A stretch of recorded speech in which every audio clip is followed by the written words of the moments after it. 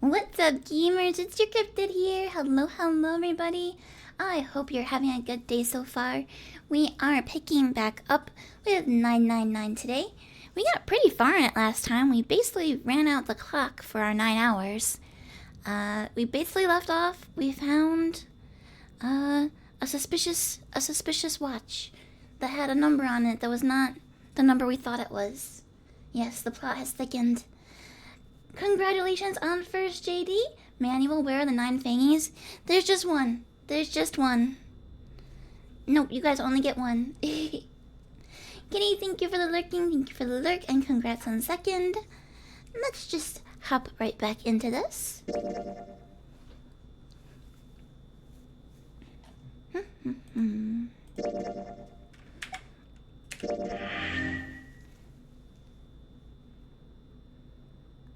Load. Okay. It took only a few minutes to make their way to the bottom deck. There's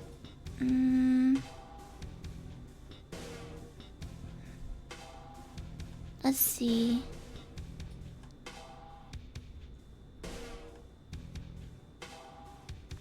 Okay. Just making sure where we left off. Just making sure. Alright. It took only a few minutes to make their way to the bottom deck. There was only a single hallway in front of them, at the end of which was a single door. Let's go through that door. Junpei threw it open. Inside was a massive iron gate. A plate was affixed to the top of it. Generator? Oh, incinerator. It read incinerator. Oh, thank you for the resub, Manuel. Thank you. Also, Manuel, don't forget, if you'd like to get your pin for subscribing for a year, DM me where to send it. JD said, my day's going well, Fangy.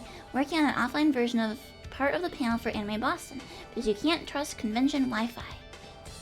Oh. What parts of it do you have to do online? He said I can send them to you and you'll give them to him at AX? Did he actually say that, or are you trying to trick me so you can get more pins? Is this a trick?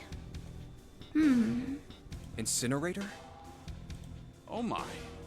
That doesn't sound very pleasant. Do you see a lever near the gate, perhaps? Yeah, right over here. How did you know that? Well, I'd be happy to regale you with the story. I imagine it should only take half a day or so. We don't have that much time, Snake.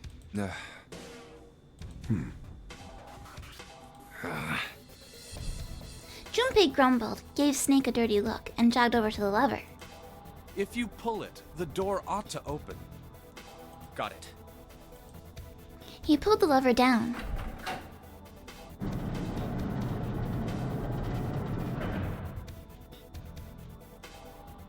Oh, it's part of the game that I haven't done before, JD? I see. You'll have to tell me what it is. With the rumble of an ancient motor, the door opened. There was no need to hold back, and no time to hesitate. They pushed their way inside. Standing in front of them were Ace and Lotus. Ace still held the revolver in his hand. It was still pressed hard against Lotus's temple. A small dark bruise had begun to form near the tip. Boo Bear, you should put in earbuds so you don't hear any spoilers. There's big spoilers. Don't look! There's spoilers! Boo Bear, put on headphones. You're gonna get spoiled. I'm not paying any attention. I don't want you to get spoiled, though. I don't think you can spoil it. It's fine. Okay. Boo Bear's in the room, and he's playing the game, too, and I'm trying to make sure he doesn't get spoiled. Here, I'll just leave. Don't look! Don't look! Getting kicked out. You don't know who these characters are. You don't know. You can't tell. Anyone could have those boobs. Okay, he's gone. Okay, no spoilers. Okay, even from several yards away, Junpei could see that Lotus was shaking. She was terrified. But perhaps more interesting was what Junpei saw behind them. 9. Another number 9 door. What? Why? Why is there another one? The door stopped Junpei in his tracks. It simply shouldn't have been there. As his brain finally began to consider why, the whine of a warning klaxon filled the air, drowning out any thought. Klaxon? What's a klaxon? An electric horn or similar loud warning device. Oh. Oh yeah, good call, JD. You were right. JD said, have you played New York Times Connections? It's basically that. You get points for each group you find, each connection you identify, and a bonus for reading all 8. No, I haven't played that before. I don't know what that is. Whoop, whoop. That's the sound of the klaxon. Whoop, whoop. That's the sound of the klaxon. Warning. Emergency incineration command Eh? has been acknowledged. What are we incinerating? Automatic incineration will take place in I feel like it's people. 9 I feel like it might be minutes. us. Please evacuate the incinerator immediately. Oh my, how exciting. You've run quite a show here, Zero. A terrifying smile twisted Ace's face. What's the matter? Too frightened to understand? Here, let me explain. It's said that the incineration system is about to activate. So we're already in the incinerator? In 9 minutes, this room will be engulfed in flame. Oh. Who are you? You don't recognize me? I'm hurt. It's me, Snake. You'd think you'd be better with voices. Snake? Oh yes, you are alive. I'm afraid your bizarre style had me confused. I'm quite glad to see that you're alive. No, you're not. Ace's voice didn't change. Snake ground his teeth. If you don't mind my asking, how did you get here? Snake, Junpei 7. The 3 of you couldn't have opened a door with a 9. Did you use Clover's bracelet, perhaps? What? 2 plus 5 plus 7 plus 4 equals 18. 1 plus 8 equals 9. Ah, well, your reaction suggests that you did not. Hold on. Why did you think we'd have Clover's bracelet? Junpei felt his chest tighten. Oh, they haven't told you? Told me what? Clearly not. Normally, I would take some time and enjoy the moment. But I'm afraid my time is at a premium just now. I'll have to make this quick. Clover. Don't do it, Ace! Keep your goddamn mouth shut! Clover. I said stop it! Don't listen to him, Snake. Junpei could feel his voice going hoarse, but Snake didn't listen to him. What happened to Clover? Ace looked at him. The corner of his mouth curled into the hook of a cruel smile. Clover died. The color left Snake's face. He shook his head weakly. No, that's not true. That's impossible. It's a lie. It has to be a lie. Oh, it's quite true. I can assure you of that. I killed her Congrats on myself. 3rd Ariel. What? I'm sorry, did I stutter? Is that the first time he's opened his eyes? I killed her. Snake's face twisted into a mask of rage, mottled red rising to dot his pale skin. His entire body shook. He looked to Junpei disturbingly like a demon. I would have rather she died with less suffering. Thank you for the work in Lurk Ariel. Thank you. A bullet in her brain, perhaps, would have been ideal. Unfortunately, that would have made quite a bit of noise. Circumstances being what they were, I was forced to settle for the knife.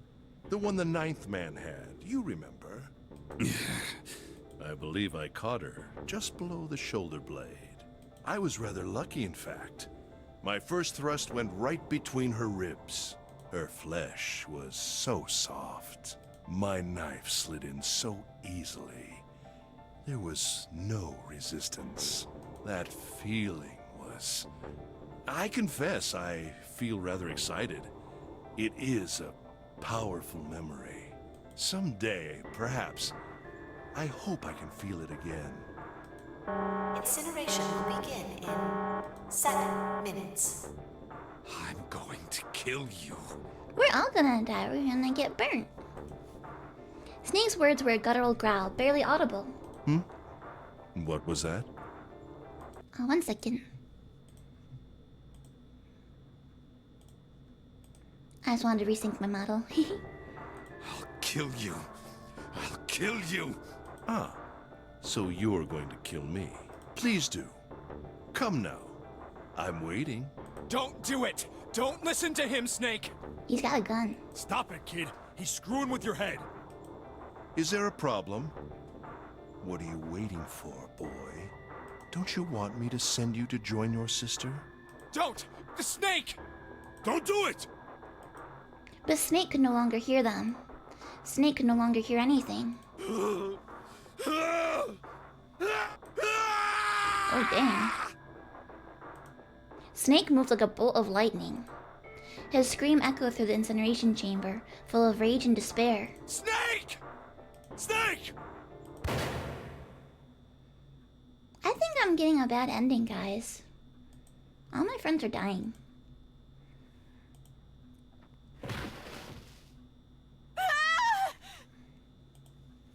Another scream filled the room. It was Lotus. She ran across the room towards Junpei, her eyes wide with terror. Lotus! Hurry! This way!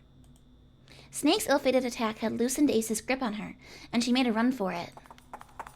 She reached Seven and Junpei and ducked behind them. Guys, we gotta do some math. Incineration will begin in 5 minutes. Give me the woman. He raised the gun. I need her. Without her bracelet, I will be unable to open this door. 1 + 8 + 9 = 18. 1 + 8 = 9. Quickly now! I don't have time for your shenanigans. In the center of the room, Snake's body lay eerily still. He looked like a human larva, prone and vulnerable on the floor. I see. Then it would seem I have no choice. The rest of you must die as well. Fortunately, I have 5 bullets left. 1 for Junpei, another for Lotus, and the last 3 for that lump of idiotic man you call Seven. I will take Lotus's body with me and leave this room. Incineration will begin in 4 minutes. We're running out of time. Well, it looks as though our time together is at an end. I rather enjoyed playing with you. Damn it! Junpei could see Ace's finger tighten. He could see it begin to squeeze down on the trigger. His body tensed, preparing for the catastrophic impact of the hot lead against human flesh. Goodbye. And then it happened. Kill you! Oh, maybe he really is a vampire, JD. Snake stood up. What? No, that's impossible. For the first time, Ace's composure broke. With obvious effort, Snake lunged forward, 1 step closer to Ace. Then another. He looked for all the world like a zombie. I'll kill you. I'll kill you. His voice was the mournful wailing of the undead. Stay away from me! Get back! Stop! If you come any closer, I'll... Get away from me! Little by little, Ace was retreating. Snake didn't stop. He continued his stiff and inexorable approach, his eyes twin pools of pure fury. Listen to me! I said don't come any closer! Shit! You bastard! Bum, bum, bum, bum. I think he used all his bullets. Ace's revolver leapt 5 times. 5 times the air in the incinerator was split by the crack of a bullet. Snake's body twitched as 5 clouds of blood and torn flesh leapt into the air across his body. A fine pink mist drifted from his body and disappeared. Junpei didn't have time to ponder what that meant before. Is the fine pink mist not like the blood?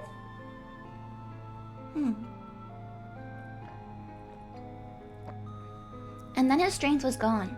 His legs crumbled and his broken and battered body slid to the floor. Incineration will begin in 3 minutes. Finally, you're... But Snake wasn't done. I'll kill you.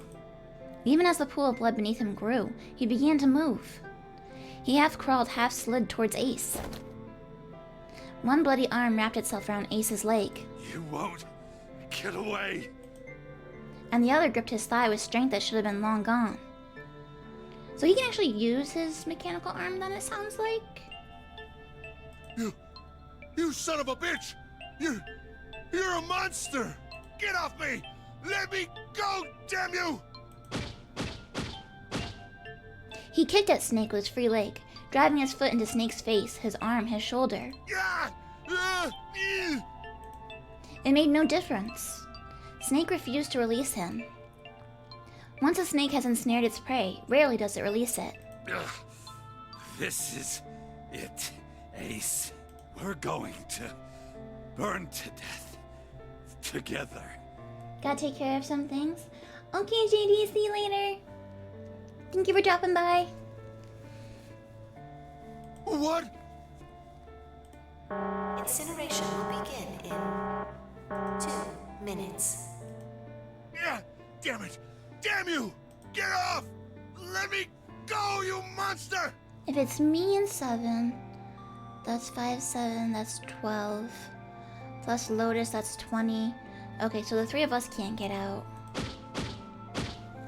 Okay, look. Think about it this way. My company owns a wonderful hospital. It has excellent doctors.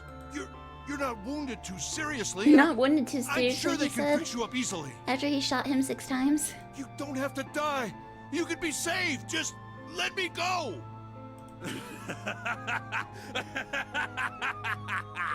Pathetic.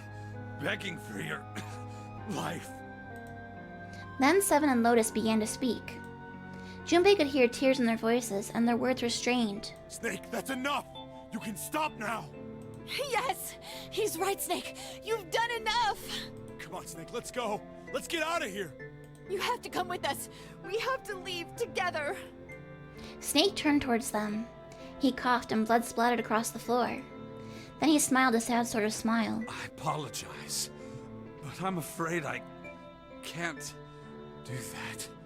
You'd best forget about me. You need to leave soon. But sir, we need your watch. I'm going to take him with me. Shut up! Be quiet! I couldn't save Clover. My sister died because of me. Perhaps this will begin to atone for that. Perhaps in the afterlife, she can forgive me. Now go. How is Snake so Go strong? now. You have to go. Incineration will begin in 1 minute. Oh, excuse me, guys. I'm sorry. I tried to lean God away. damn it! Shit! We're out of time! We gotta go! 7 ran towards the exit. Lotus followed him. But Junpei couldn't move. There were white lines down Snake's cheeks where his tears had washed the blood away. He was broken body and soul, and Junpei felt as though half of his own heart had been torn out. His eyes stung, and he tried desperately to swallow to clear the lump in his throat. Junpei, what are you doing? You have to get out of here now. But the math doesn't math. Junpei's chest tightened, pulled taut by anger, misery, and a cold feeling of emptiness. Pure emotion surged through his heart alongside the torrent of blood. He could feel it building, a tremendous wave growing taller and taller and taller. And then it broke, crashing down with thunderous force onto his shaken, unprepared mind. Snake! Snake! Junpei's rational mind was gone. He was driven by instinct now, and he launched himself across the floor at Snake and Ace. Or he tried to. Wait!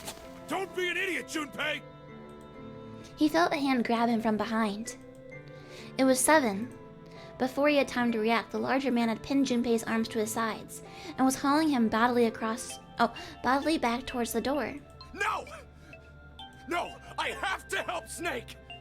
Snake! Get off of me! Let me go!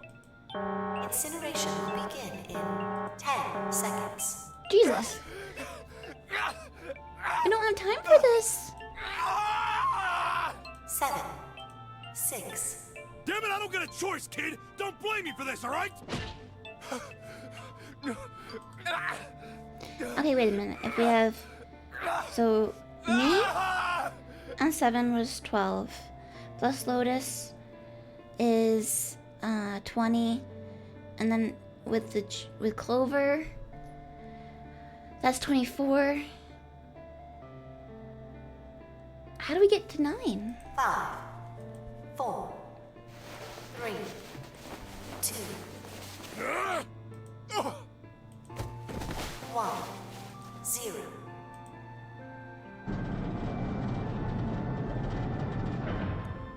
Oh, okay, so you didn't have to leave through the 9 door then? Are locked down.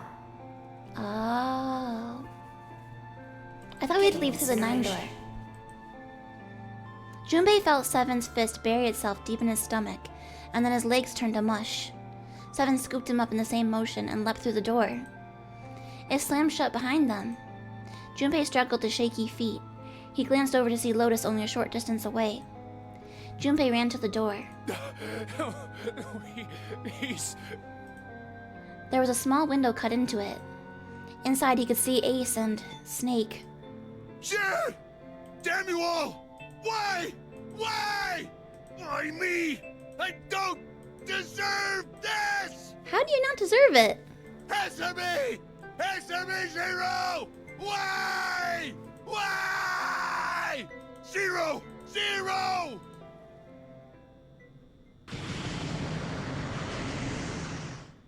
Barbecue. Zero!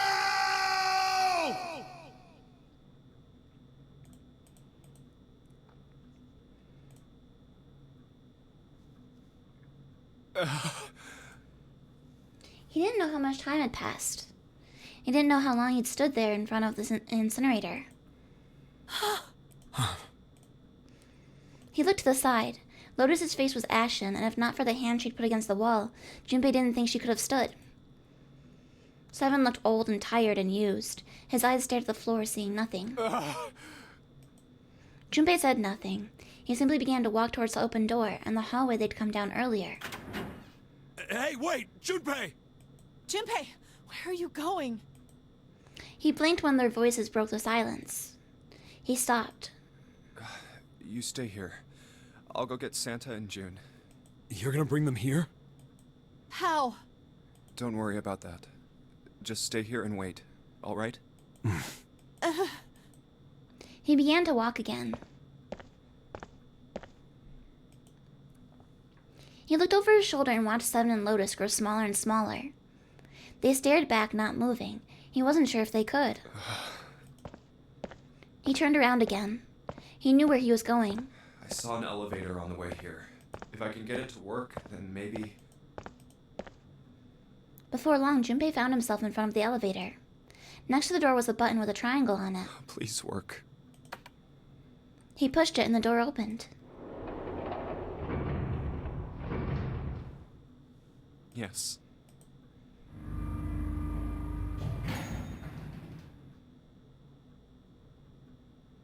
Junpei was in the large hospital room. June! Santa! He kept calling and walked to the center of the room.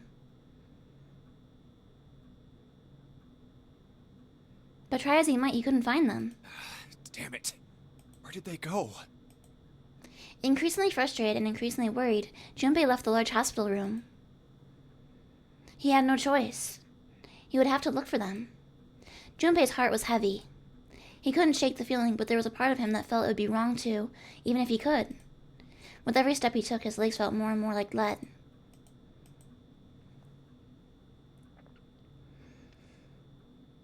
I mean, everybody's running out of time, so, like, you can't expect them to just stay there waiting. They don't know that you're coming back.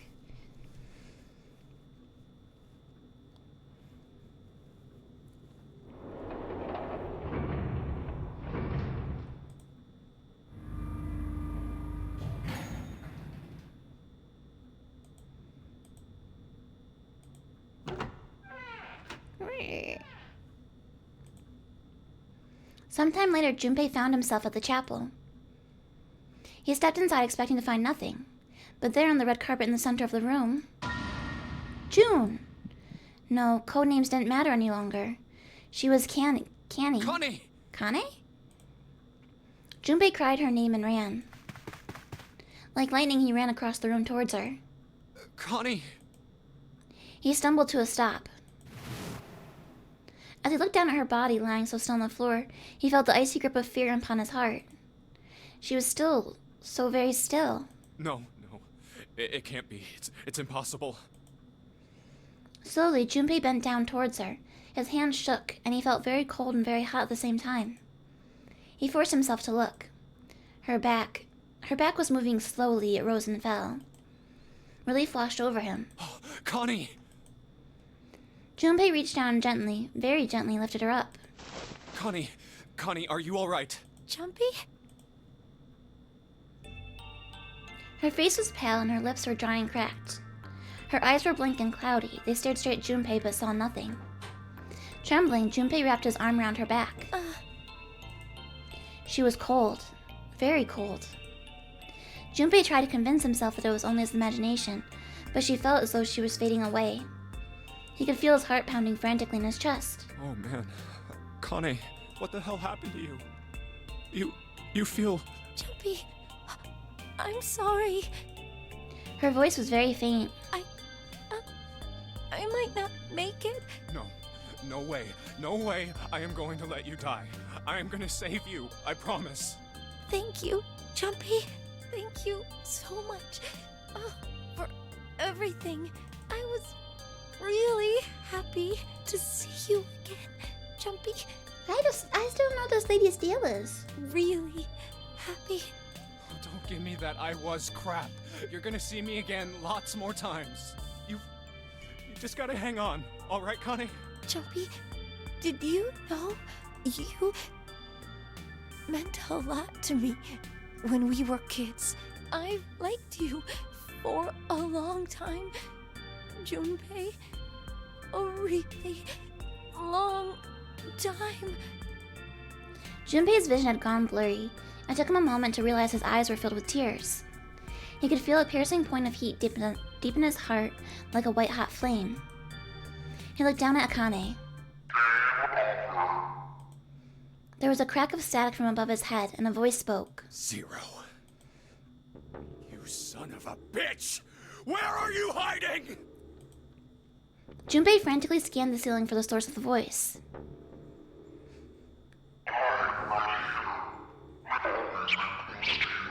What the hell are you talking about?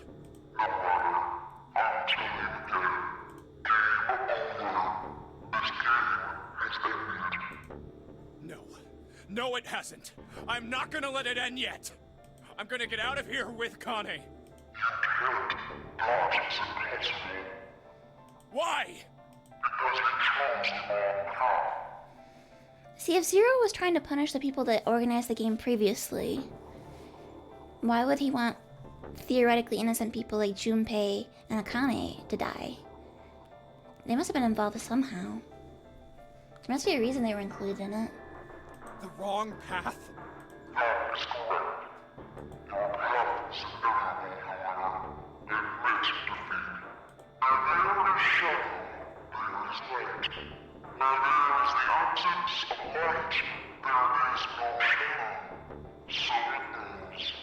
What are you talking about?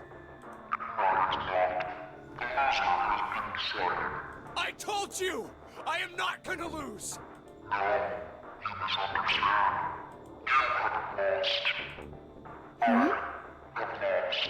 What? What? Junpei didn't have time to ponder what that meant before. He heard the door slam shut behind him. He spun around. There was no one there. Was it Zero? Connie, wait here. I'll be right back, I promise. She managed a single nod. Junpei laid her back down gently and leapt for the door. I have no idea what's going on. He yanked it open and shot outside. No one. The hall was empty. There was nothing moving anywhere. Damn it. Where are you? It doesn't matter. I need to get Connie out first. He didn't want to leave Kane all alone any longer than he had to, so Junpei turned around and headed back to the chapel. Bum, bum, bum. Connie! She wasn't there. She wasn't anywhere. She'd been lying there on the floor just moments before, and now she was gone. Oh God. No. No. Where is she? Connie. Connie! Connie! Connie! His cry split the heavens themselves. He screamed until his voice gave out. Then he screamed some more. But there was nothing. No answer. His voice faded away and all that remained was cold, unfeeling silence. That was when he noticed it. Huh? A strange smell. One that he'd smelled before. Wait. This is... white smoke. It's the, oh, I don't remember what it's called. The thing that Ace made. His company. 9 seconds later, Junpei's mind winked out. Is that the significance of the number 9? Is that it takes 9 seconds for it to kick in?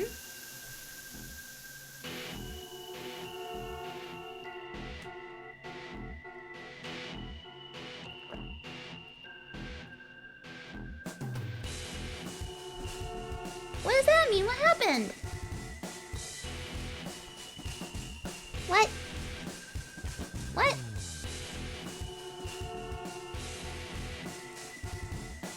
I don't know, Kitty. I don't know. Did anybody survive? I don't understand. What happened? We left Seven and Lotus on their own, and we went back to try and find Santa and June. Santa was missing. We found June, but she was collapsed. And then Zero was all like, "Game over, man." And then we went to go find Zero, and we came back. June was missing.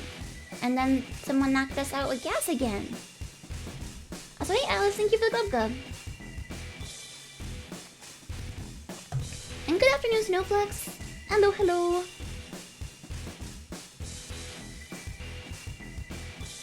Well, I knew that this game you're supposed to like play through all the endings to understand it, so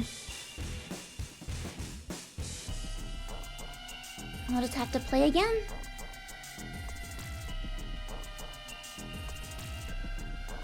I think it's one of those games where like, just because you reach an ending doesn't really mean you finish the game, you know what I mean? There's some games where you have to play through everything. Again. Gotta make different decisions, though. Go through different doors. The end? Or is it?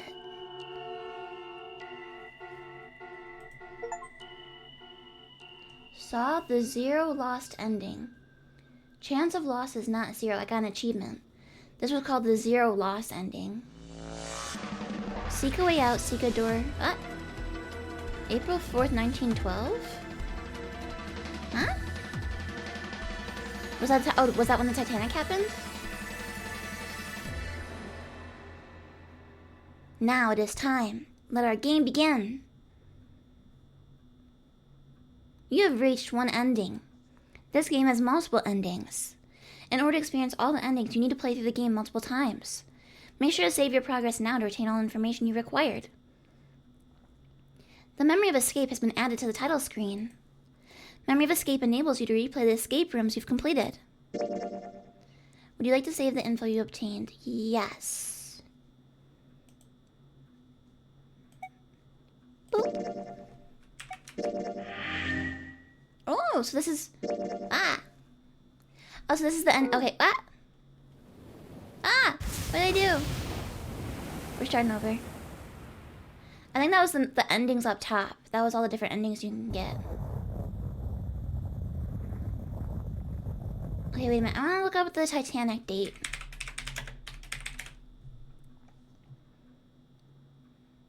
Not the date for the movie. Oh my god. I googled Titanic date and it says December 19, 1997. And I'm like, wait a minute. Okay, so yeah. The Titanic was April 15th, 1912.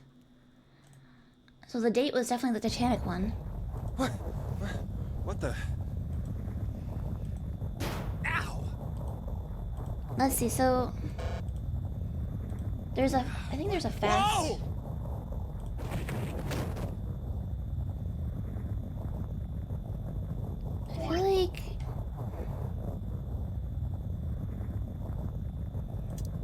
Auto? There we go. Okay, so I think this will go God through it damn automatically it. for us. Ah, what the hell? Until we get to something new, maybe? A bed?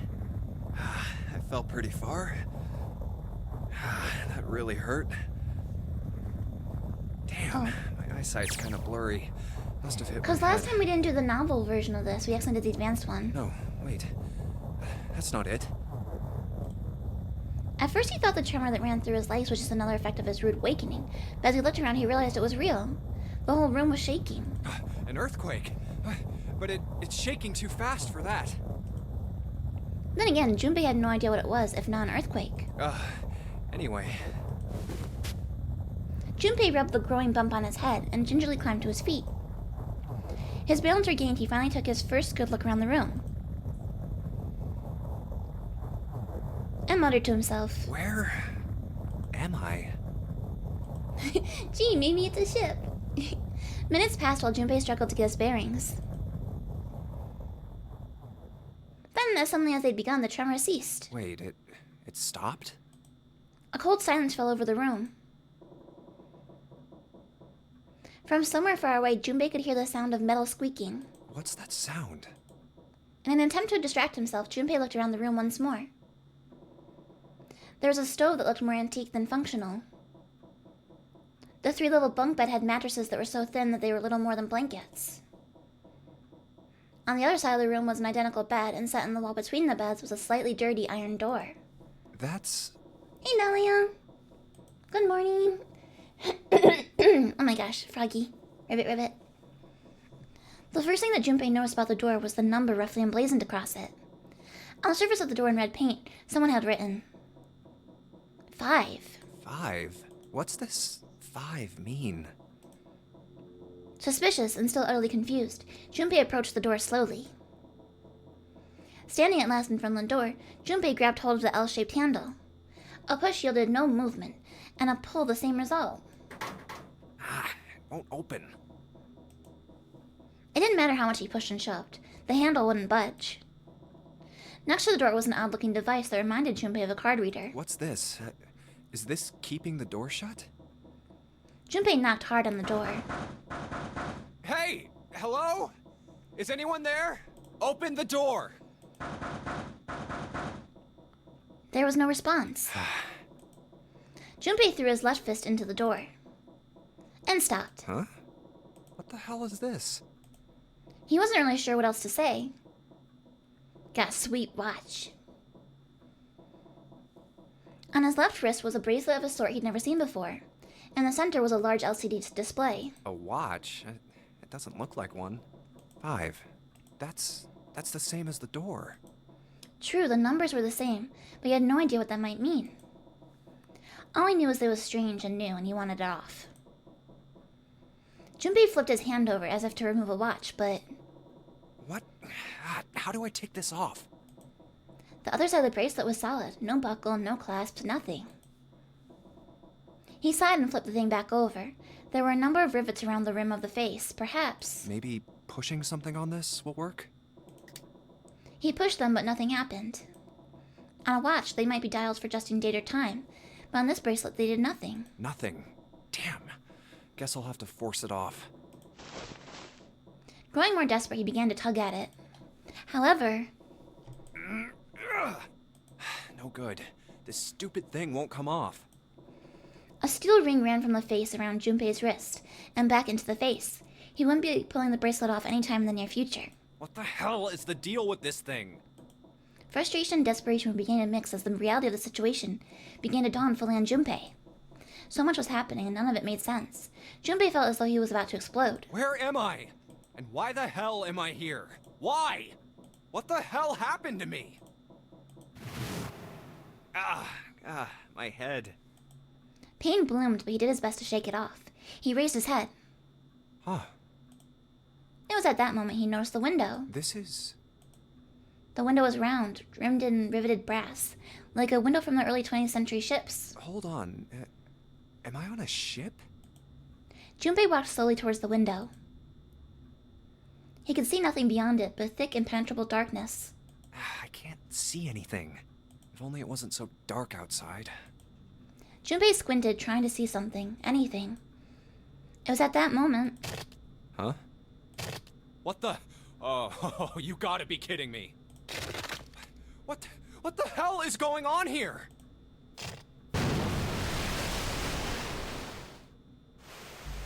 A crack split the glass of the window, and for a moment Junpei stared at it. Then the window burst and water began to pour into the room. What the hell? God damn it! Junpei yelled and spun around. His feet slipping on the water, already coming through the window. He ran for the door. Hey! Anyone! Is anyone there? Come on, if you're there, say something! Guys, if you ever, like, mysteriously pass out and you wake up in an unknown place with, like, a weird bracelet or necklace, you're in a death game.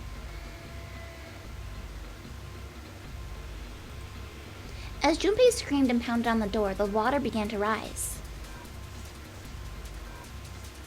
It was now ankle deep on the floor and rising quickly towards his knees. It's not stopping. Not good. Not good at all. Okay. I need to find a way out, and fast. Junpei ran a hand across his forehead, brushing the sweat out of his eyes, and looked around the room. Dum, ba-dum, ba-dum. Find a way out! Oh, seek a way out. My bad. Seek. The third-class cabin. Woo! Give me the magic papers. We can do this super fast because we did it before. This is a test of our memory. Open sesame. Give me that. Combine. Flip it over. What?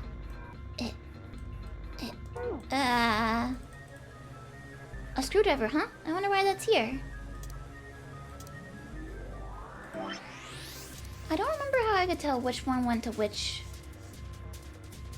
safe.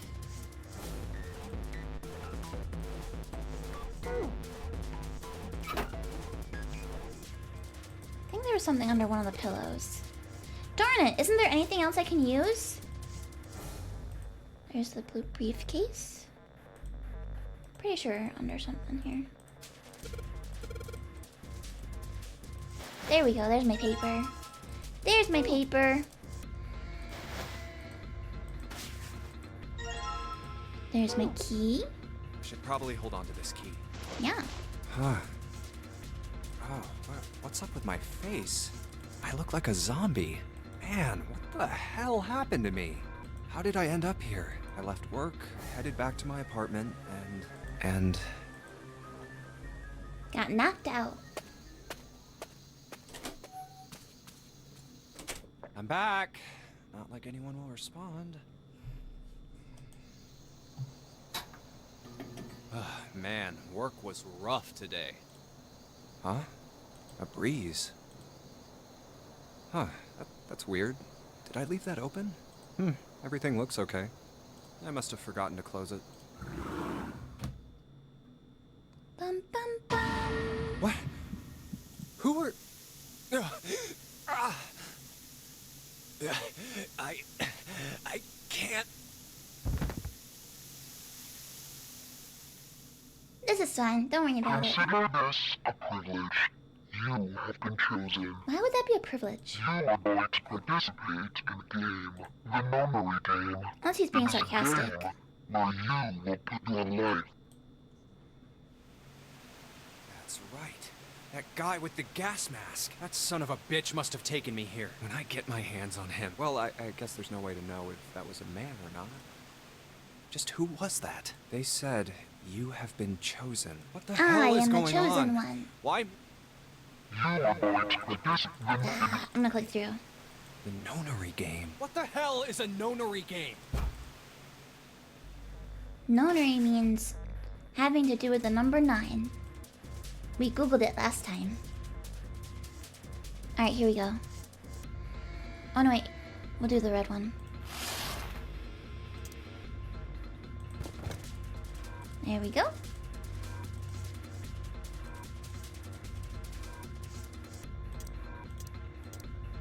There's our key. Alright, gotta do our numbers. Bop, bop, bop, bop, bop, bop, bop.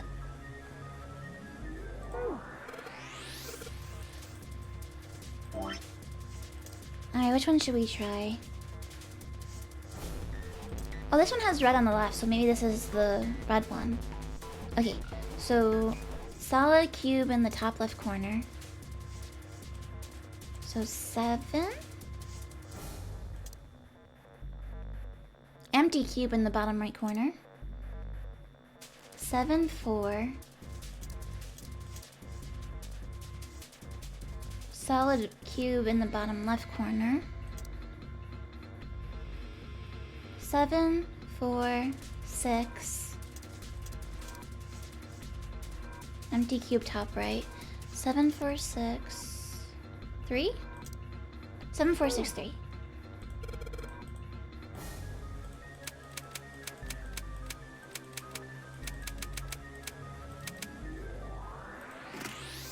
Did I do it right? Meh! What did I do wrong?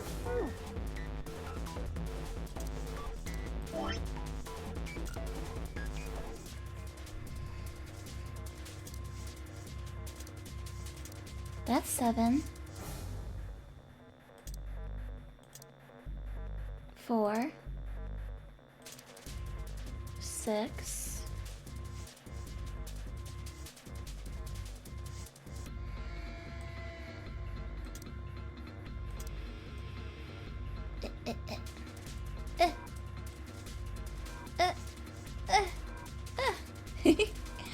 Seven, 4, 6. 7, 4, 6, 3. Isn't that what I tried? Could it be this one then? Okay, maybe it's this one. Alright, so solid cube is 0. 0. 0, 2. 0, 2, 8. 0, 2, 8, 5?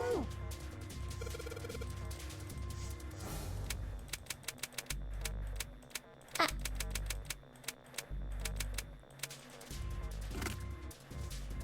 Bruh. I didn't have a problem with this the first time at all. I got like first try last time. I forgot how to do this puzzle. What the heck? Guys?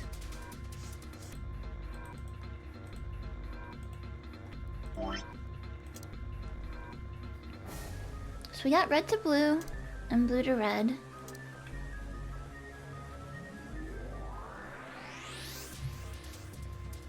Bring it back up again? Okay. I'm trying to... why is it so hard for me to rotate things in a 3D space? Good, okay.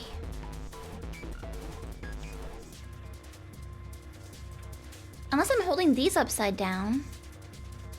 No, I don't think so, because look.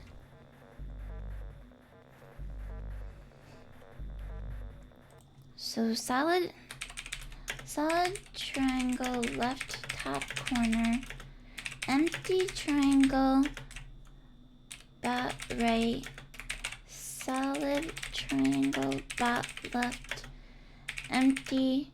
Oh, we have to combine the reds and the oh, I got it. I remember now. I remember. So it's 6.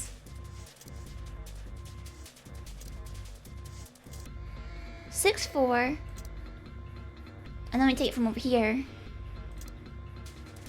6, 4, 8. 6, 4, 8, 5. I forgot it.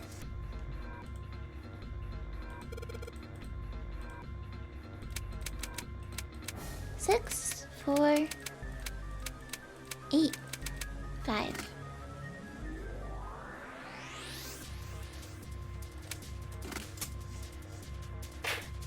7, not 6. Just kidding.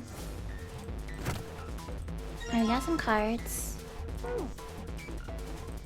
Okay, now the other thing is, I don't remember where I got the blue key from last time. Is it in the pot? It's in the pot. Okay, never mind. I do remember. A key? Yeah, there's a little blue key in the bottom of the pot.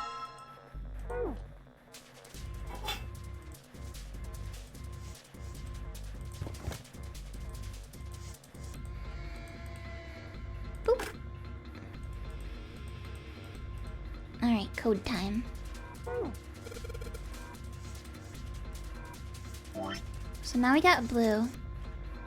So solid square is 0, 0, 2, 0, 2, 6, 0, 2, 6, 3.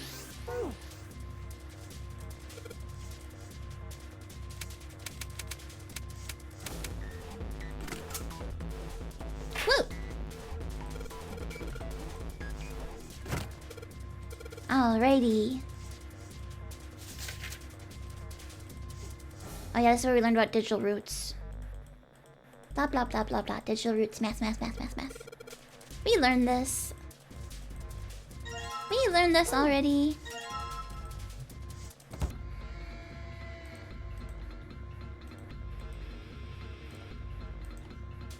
No, maybe I should change my title because it says first playthrough because I thought it was gonna be like longer.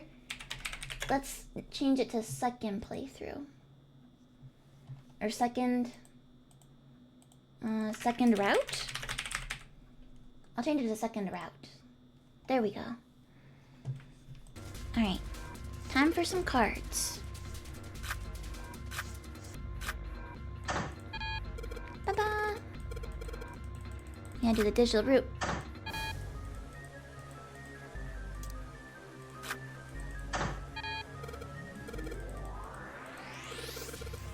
Ba-ba-ba-ba-ba. Digital route, digital route.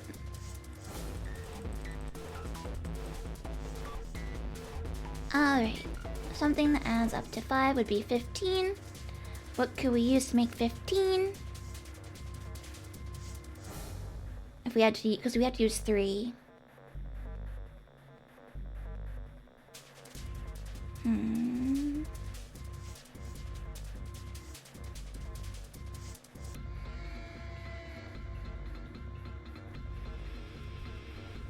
Or 25.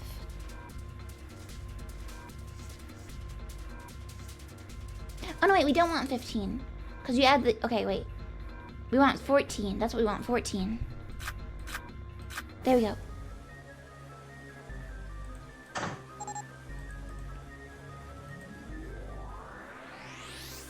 Freedom! GTFO!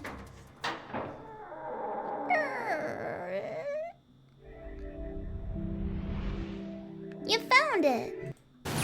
Whoa! Ah! Ow! Wait. Whew. That felt too much like being flushed. Alright, so then I can... Well, better than drowning. Am I in a... Oh. A door. Damn.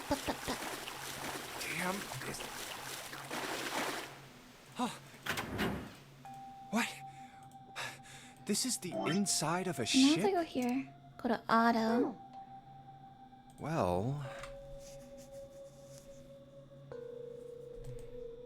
Yeah, that's what I thought. This is totally Okay, so don't click anything. As soon as I click something, it stops Wait, it. what the hell? A wave? You should be able to move to story points. Shit! Okay, Wait, I really? gotta get out of here. C deck. Okay, wait. Oh. Key? The 4 and 5 doors. Whoa! Sassika Snowflakes! I thought we were finished with that topic.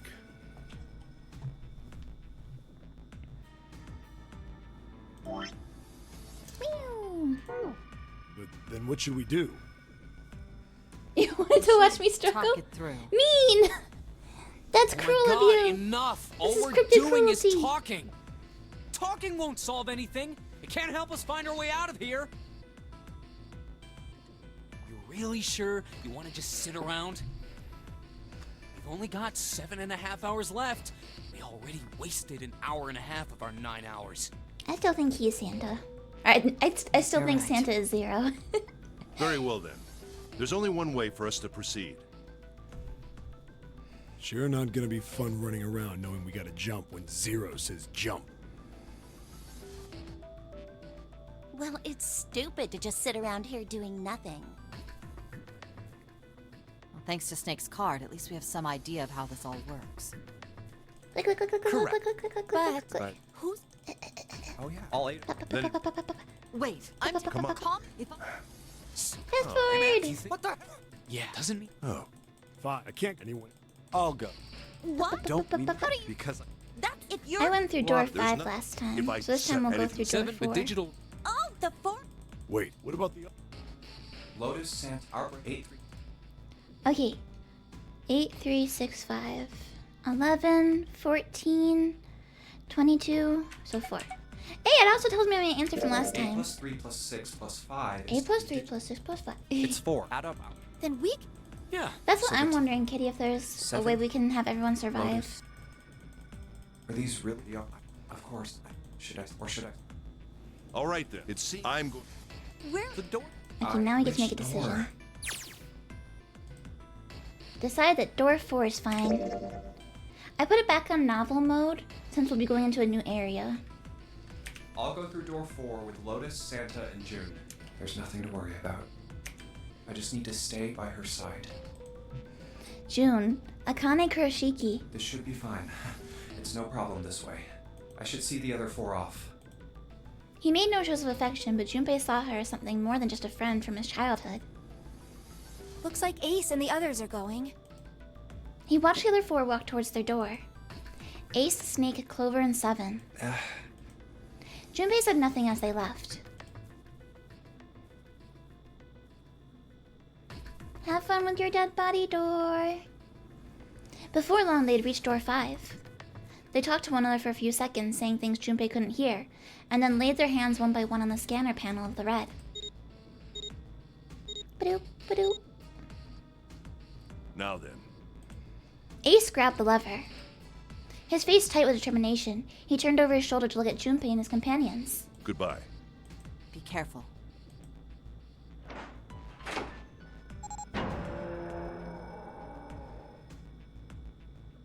You know, this time Ace and Snake are together in the first room, so I wonder if he'll try and kill Snake earlier or something? As Ace pulled the lever, the door swung open, the mouth of a great hungry beast. So horrible. Beyond the door Junpei knew lay the sad remains of the 9th man. It did not surprise him that Ace, Clover, and 7 hesitated. The body was not a pleasant thing. What are you doing? We need to hurry. Snake had no such problems, as his blindness made him immune to the horror. He stepped through the door, his feet making a wet splash in the pool of blood. Snake, your shoes. It's fine. Hurry! Or are you planning on dying with everyone else?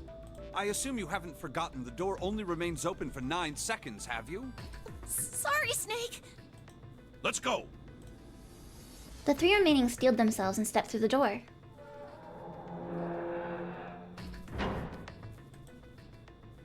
Door 5 swung shut, closing with the heavy finality of metal upon metal. Junpei and his companions scrambled to the door. Hey! How is it over there? Did you find anything? Please say something, will you? Something's beeping. It's just like before. Probably the sound of the detonator on the bracelet. Do you think they're okay? Yeah, hurry up and disable it, guys. June's face showed her concern more plainly than her words ever could. Almost as though in response to her question, a voice rang out from the other side of the door. It was 7. Hey, there it is! That's gotta be that dead thing! Come on, get over here! We gotta authenticate! Get over here!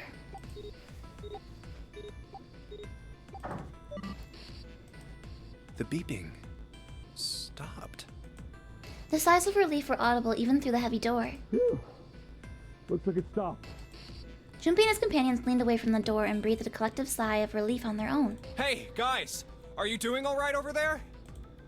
They'd heard Seven's voice, but it wouldn't hurt to be sure. Yep, we're fine. Despite the recent danger, Clover's voice was as bubbly as ever. Oh, hey, I'm gonna tell you about this whole dead thing, okay? The dead is just like the red, but the color's different. You know how the red was red? Well, the dead is blue. Okay. Other than that, it's just like the red. Authenticating is the same too. Awesome! Thanks! That helps a lot. Well, We should probably move on now. You be careful out there. Roger that. Let's do this. Junpei and the others left door 5 and headed towards door 4. Whew. Now it's our turn. We're gonna get new puzzles. I'll go first. Hey, Friday! Happy Thursday, Friday! They stood in front of the red and each placed their hands upon it. 4 asterisks appeared on the screen.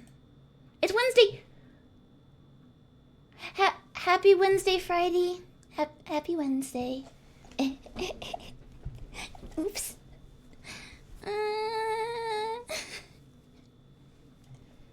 Okay, we ready? Yeah. These aren't real. Sure. Let's go. None of them looked particularly optimistic, but their faces were set.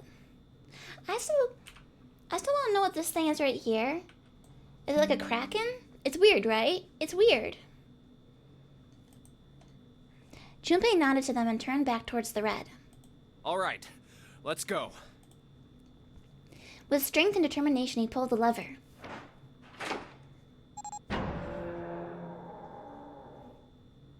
Run!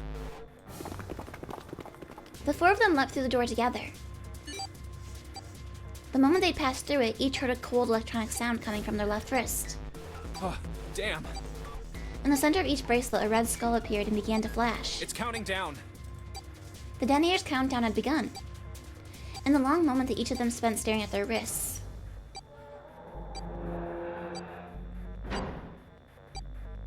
the numbered door behind them closed, the sound of metal and metal reverberating down the hallway. We can't go back! We need to hurry and find the device. Hey! Where the hell is the dead? How would I know? Don't give me that crap! Start looking! Why are you guys so panicked? Like, calm down. Am. Be cool. They began to run, eyes looking frantically for the device that was the key to their salvation. The hallway they found themselves running down was a long one, easily 300 feet in length. On the right side of it stood a series of wooden doors, all nearly identical. If they had taken time to think, they would have likely discerned that the doors lead to cabins. Don't tell me the dead is in one of those rooms. Oh no! How many rooms do you think there are? Junpei was too frightened to count properly, but his best guess there were 7 or 8 of them. Ah, fuck! Okay, this is way more complicated than the other side. We don't have time to count. Junpei ran to the nearest door. We just need to open them all. He grabbed the knob and shook it hard. It won't open. Cool, that rules it out. Keep going. It didn't feel locked. It's more like someone had hammered an iron plate over the other side of the door. Junpei turned around to find another door and saw that his companions had already run to the doors of their own. They did not seem to be having any more success than he had. Their own words confirmed his fears. Shit, this one's no good. Same here. It's not moving! Jun was the last to speak up. Oh. As Junpei looked in her direction, his eye caught something he hadn't noticed before. A small red blinking light. There it is! At the end of the hallway. Run! Even as he yelled, he ran. He grabbed Santa, Lotus, and June and pulled them towards the light. Santa called out to them as he ran. Hey, how many more seconds do we have? How would I know? Our time limit is 81 seconds! I know that, goddammit! I'm asking you how many seconds we have left! In all likelihood, Junpei figured nearly a minute had already passed since the door had closed behind them. If that was true... Urgency foremost in all their minds, they arrived at the end of the hallway. The dead sat on the left wall, blinking almost tauntingly at them. Hurry! It's the dead! Get over here! Junpei grabbed hold of the machine, his hands slick with sweat and shaking. He slammed his hand against the scanner panel. Come on, everyone! The other 3 quickly followed suit. With a grunt, Santa yanked the lever downward.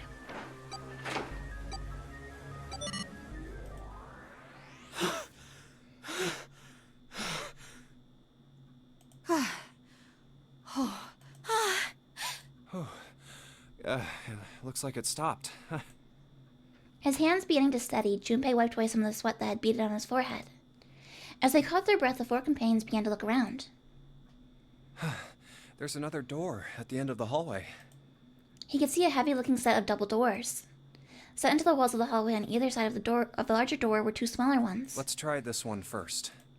Oh, thank you for the res, Of course Kitty. it Thank won't you. open. How many times had he come across similar doors with similar results, he wondered. Or perhaps he corrected himself, more lack of results. Whatever the reason, the door remained firm and unyielding, and refused to allow Junpei or anyone else passage. Ferocious roar. Happy Thursday. Hi for work. No. Did you hear that? No. A keyhole. Above the keyhole was a small symbol engraved in the brass. What's this mark? Mail? Mars? He wasn't quite sure what to make of it and stared at it for a moment in confusion. It was June that corrected him. No, not exactly. That's probably the symbol of Mars. Well, technically, they are the same symbol, but I saw a number of similar symbols near the main stairway. The symbols of the solar system. Oh, that's right. The Sun, Saturn, and Earth. At least that's what I'm assuming. So this isn't the You man guys, symbol. you It's a guys are symbol making for fun of me. Mars? I'm gonna get a calendar. I'm gonna hang it up right above my computer. And then I'll never mess up the day again. Hey Mogida, hello, hello. I think so, yes. I see. Wait, where's Santa? While Junpei and June talked, Santa had disappeared. They turned to find him some distance down the hallway. He'd gone to check the other doors. Eventually, he reached the last of them and jogged back. It took him only a moment to catch his breath again. Yeah, so, I looked the place over. Here's the deal. None of the other doors open. Then that must mean... We only have 2 more doors. Lotus examined the doors on either side of the larger double door.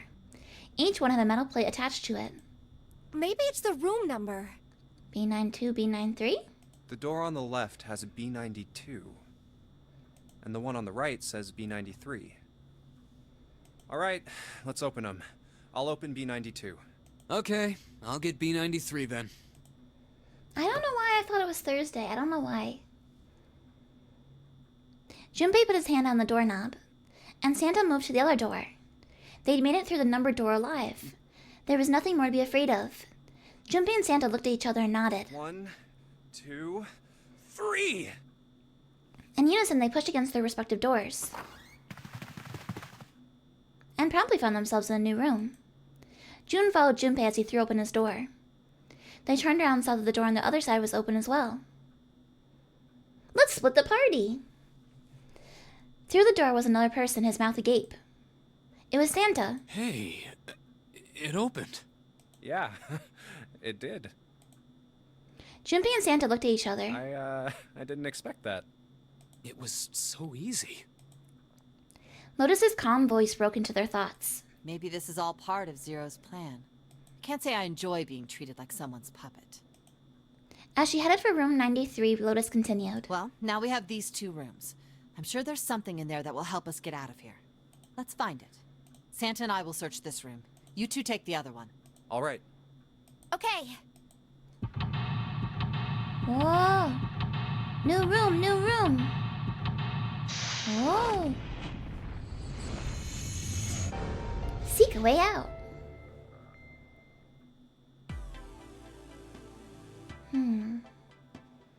So the bathroom, a shower, a little living room area, and the bedroom. Ba-da-da-bum. I want to know what the deal is with this painting. It's like a Rorschach test. What do you guys see? This is kind of a weird looking picture. Do you think it's an abstract painting or something? It looks kind of like a demon with an elephant-like nose, sucking on a human being's brain. Where the hell did that come from? What's her brain made of? Can't say I'd mind finding out a little bit more about what goes on in there. Kinda looks like something's going on here, doesn't it? Heck if I know what. It's a kind of weird looking picture. It's some sort of weird black and white design. It looks like there's a room on the right side of this picture. Oh, over here? That vase looks expensive. I wonder how much we get for it. Are you gonna steal it? Hehehe.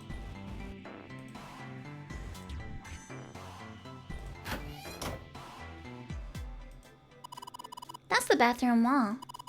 There are square tiles all over it. It's just a shower head. There's nothing special about it. There's a little blue platform protruding from the shower wall next to the knobs. It's for putting soap on. I used a shower once, so I know. That's the shower knob. Let's see if anything happens when we turn it. No water's coming out. The wall's covered with square tiles. They've all got geometric shapes on them. Sometimes if you click on things multiple times, you'll get additional dialogue from some of the NPCs. Not this time. A collection of full and partially depleted rolls of toilet paper. Someone was well prepared. There's nothing too suspicious about it. It's a shower head. It feels dry too. That probably means no one has used it in a long time. Shower curtains, huh? Let's try closing it. Now I can see the full expanse of the shower curtain in all its waterproof glory. There's nothing suspicious. It's just a normal old shower curtain. A narrow shower, and I'm standing in it with June. This is awkward. Time to open the curtain.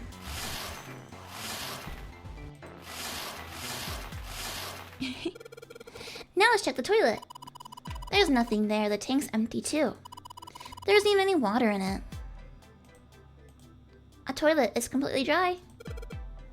Yeah. I want to go back to the living room. Okay, let's go back.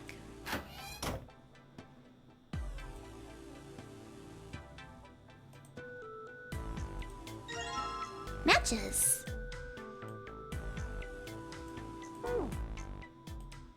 Junpei looked down blankly at what he was holding, and then up at June. Oh yeah, how's your fever? You feeling better now? Yes, I'm fine. June certainly looked fine. Let me see your forehead. Junpei held his hand on her forehead for a few seconds. Guess it really has gone down. Are you worried about me? Yeah. Yeah, I guess I am. Why wouldn't you be? June blushed and giggled. By the way, Jumpy? Hmm? How did you end up here? What do you mean? I told you earlier, didn't I? There was a man with a gas mask when you got home at night. You inhaled some white smoke and passed out. When you woke up, you were on D-deck. Damn straight. That's what went down. But is that really the truth? Eh? What?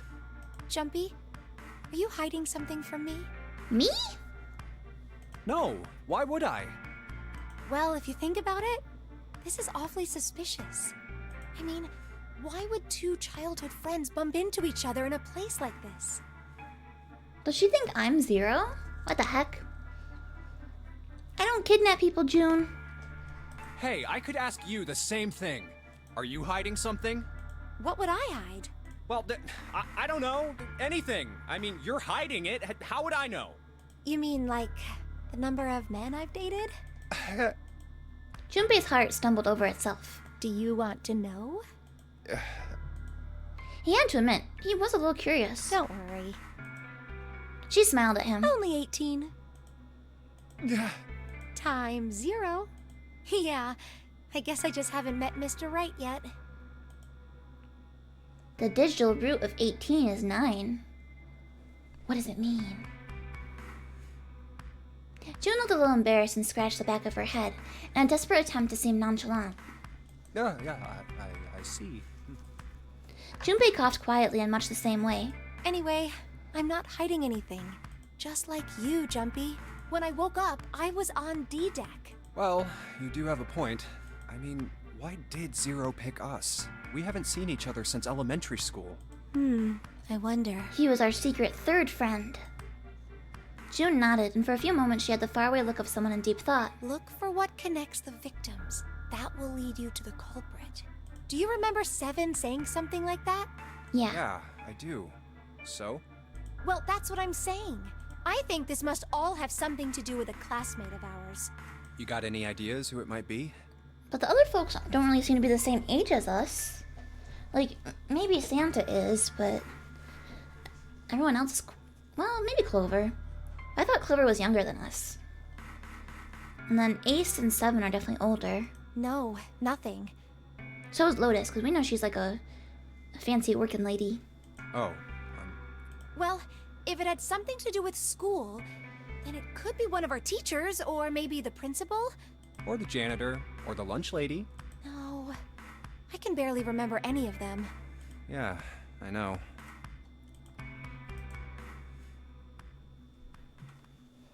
Junpei went back to searching, feeling unpleasant and confused. Elementary school. Elementary school. Was there anything strange that had happened in elementary school? As he searched the room, he continued to rack his brain. Ah.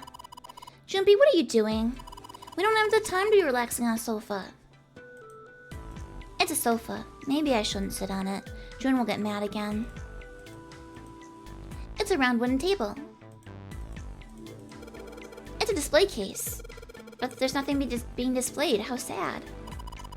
Looks like the drawers are empty too.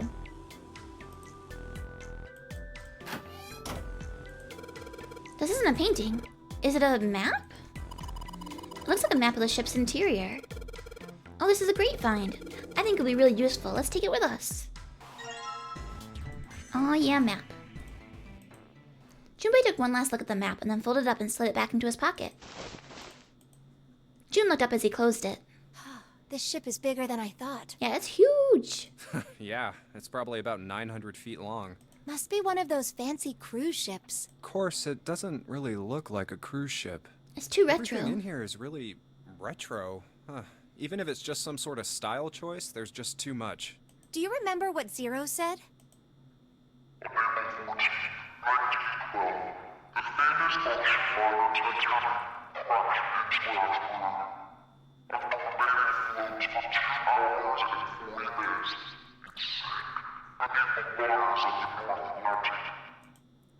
Do you think maybe this boat and the Titanic have something to do with each other? Does the Titanic actually tie into the story somehow? That's a good point. Is there a reason they used that boat? I mean, not the Titanic, but the sister boat. I doubt he would have mentioned it if there wasn't a reason. Yeah. Junpei took a moment to look around the room. Do you think this boat is... A replica of the Titanic? The actual Titanic? a replica of the Titanic? A replica? Yeah, you know, like a copy of the actual boat. Who on earth would make something like that? Fans. Crazy Titanic fans.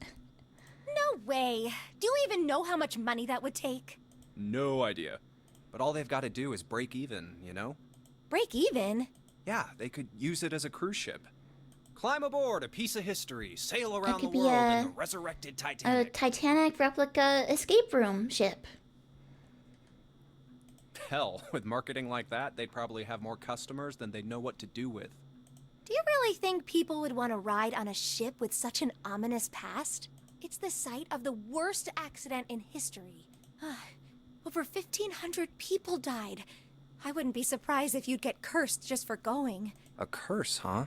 Jumpy, do you believe in that sort of thing? You know, curses and stuff?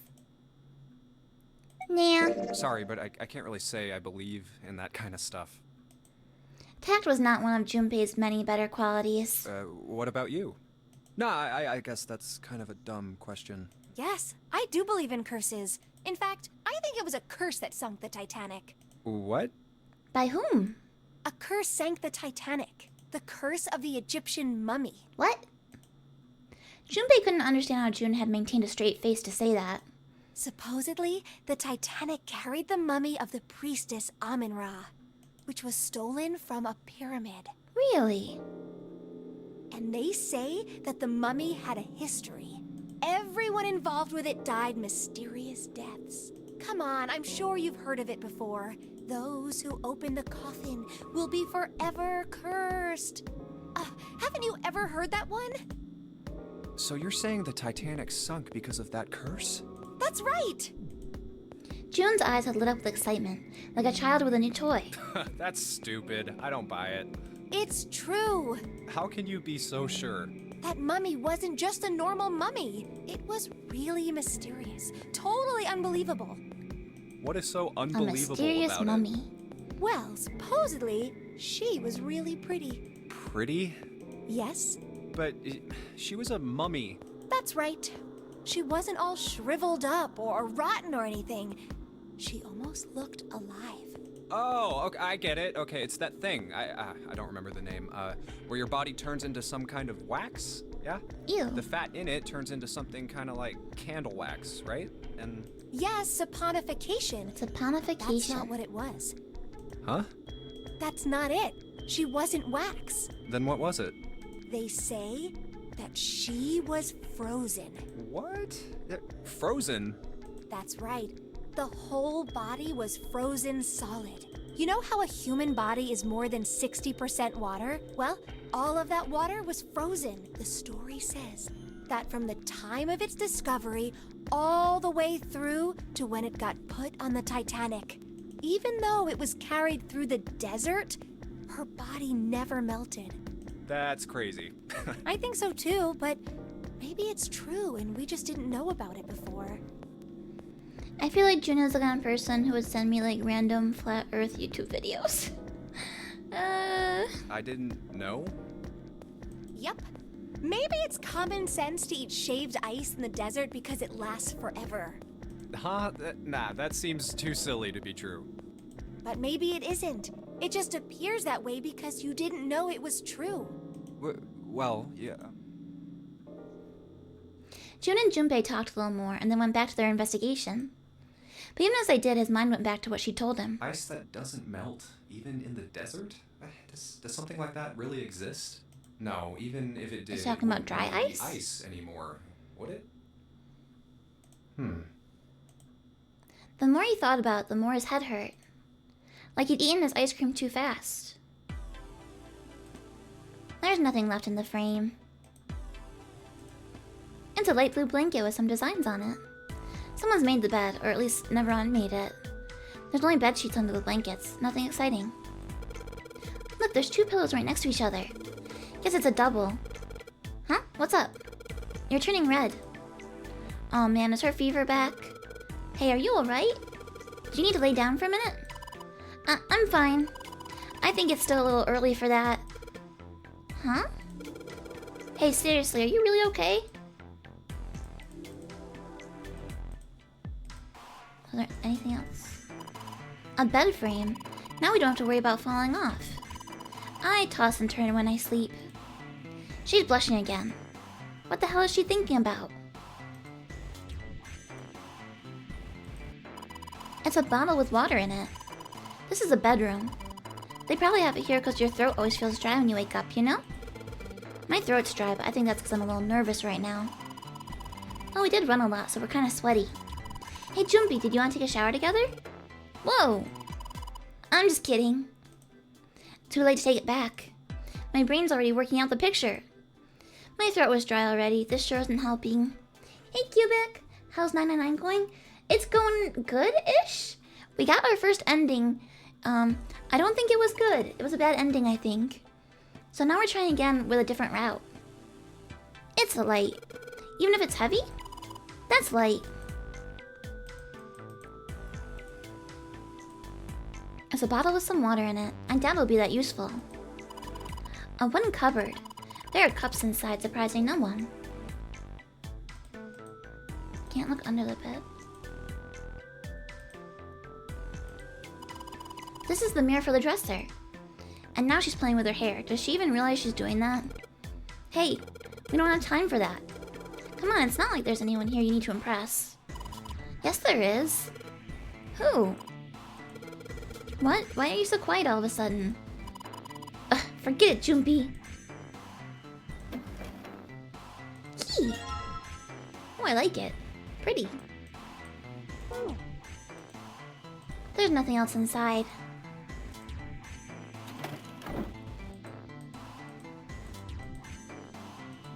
Is there anything else to check out in here?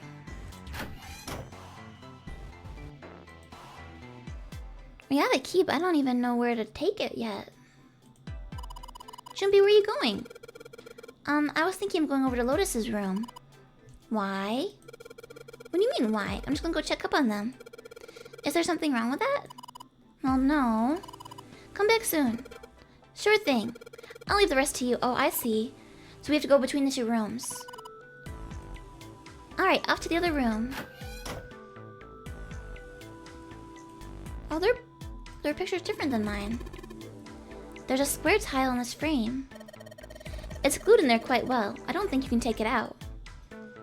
It's just one square of the one that I have. It looks like a valuable vase. Empty though. There seems to be a room on the left side of the vase.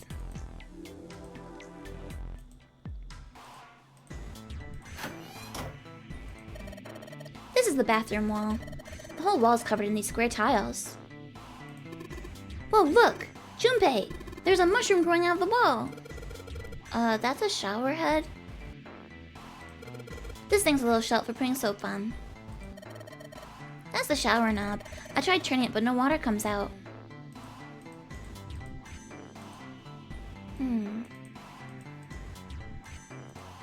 Is this like a spot the difference kind of situation, maybe? Some toilet paper. We've got 2 rolls, I guess. Is there anything in the toilet? Guess not. The tank's empty too. This room doesn't have a shower curtain. This room? Well, there were shower curtains in the bathroom that June was checking out. But you're saying this bathroom doesn't have any. Yeah, that's right. There's probably a reason why.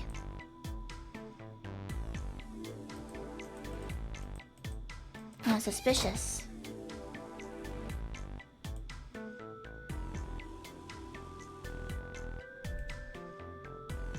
Okay, they have a candle. A candle with a candlestick. This might come in handy. Oh, it was Fangy in the cruise ship with the candlestick. Hey, check this out. This is a pretty nice sofa. I know. It's a shame I can't take it back with me. Well, this is a display case. Check it out. These plates and stuff look really expensive. You want to take a look? Oh. Oh ho ho ho. It's locked? Yeah, it looks that way. We need to find the key that opens it. You mean this key? Darn, I guess this is the wrong key. No! Well, that means there's gotta be another one somewhere around here. Otherwise, we aren't gonna be able to open this thing. I wanna play with the treasures. It's a round wooden table. Hey, Junpei! That room's pretty dark. Don't you have something that'll give us some light? Something that'll give us some light. Oh, the candle! Oh. I know, if I use these matches to light the candle. Awesome, with the light from the candle, maybe we can take a look around over there. But it gets so hot when I hold it. I want to put it down. Oh, why don't you set it on top of the dresser? It's flat there, at least it won't fall over. Oh yeah, good idea. Hey, it got pretty bright. Now we can look around a little. And now we can use my key. Let's see if this... Yes! Yes, it worked! Doesn't the boat sway at all? It did at the beginning of the game. I guess now it's not swaying. But even if the ship wasn't moving, you think it would still sway just because the water does. You know? There's a light candle sitting on top of the dresser. Plate. Oh, do I have to put the painting back together? The mirror? This is the mirror for the dresser. Darn straight. Nothing weird about it, though. It's a chair for the dresser. I guess we still don't know for a fact that we're actually on water.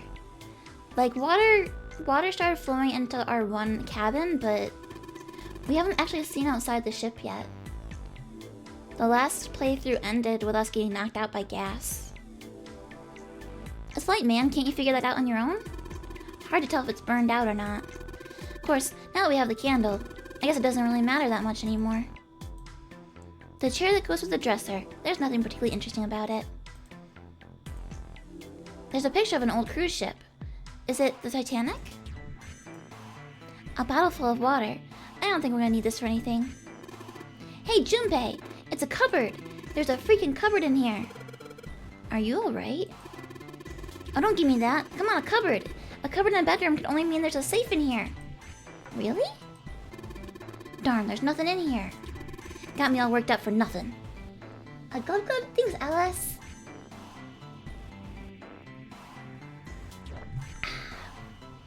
Yeah, and the last ending that we got, it said it was called the Zero Loss ending. And a bunch of our friends died. Oh, there's the shower curtain. Anything under the blanket? Nope, nothing suspicious here. A girl with burning red eyes stares back at me. Gah! I'm just messing with ya. There's nothing there.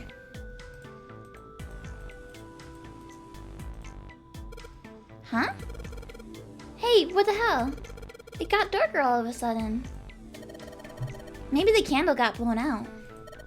We should go see. Who stole my candle? There's a candlestick covered in melted wax on top of the dresser. Hey, what's this? The top of the candlestick looks kind of weird. It's a key! You're right, it's all bumpy. Key, key, key, key, key! But how did that candle burn so fast? That's wild.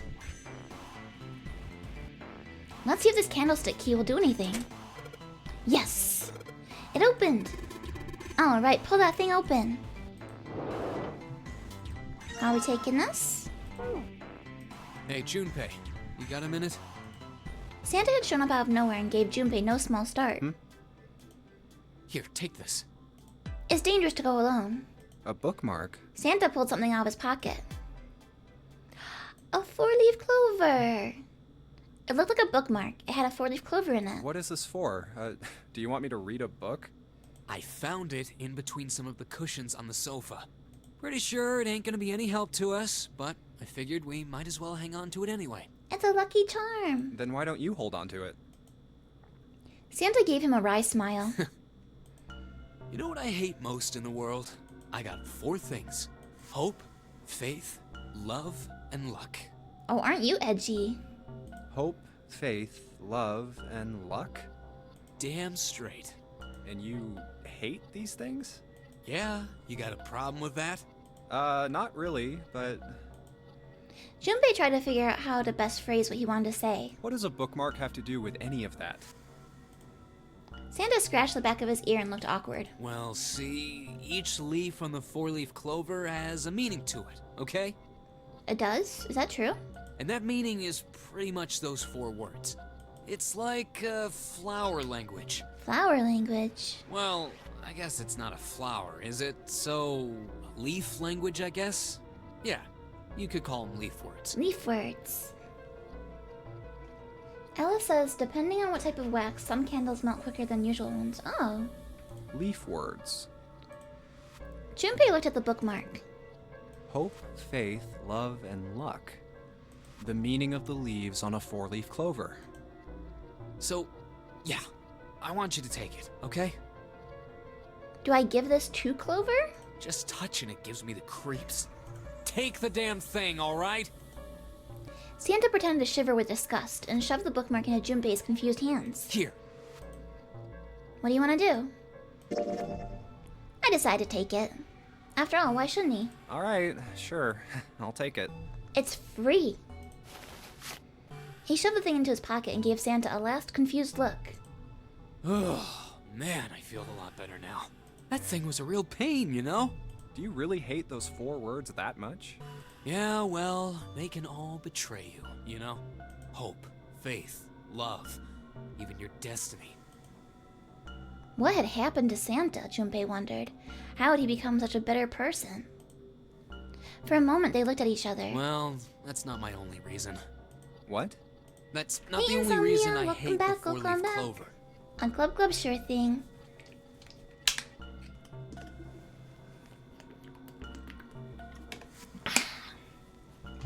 Thank you, thank you. On a shapeshift too, sure thing.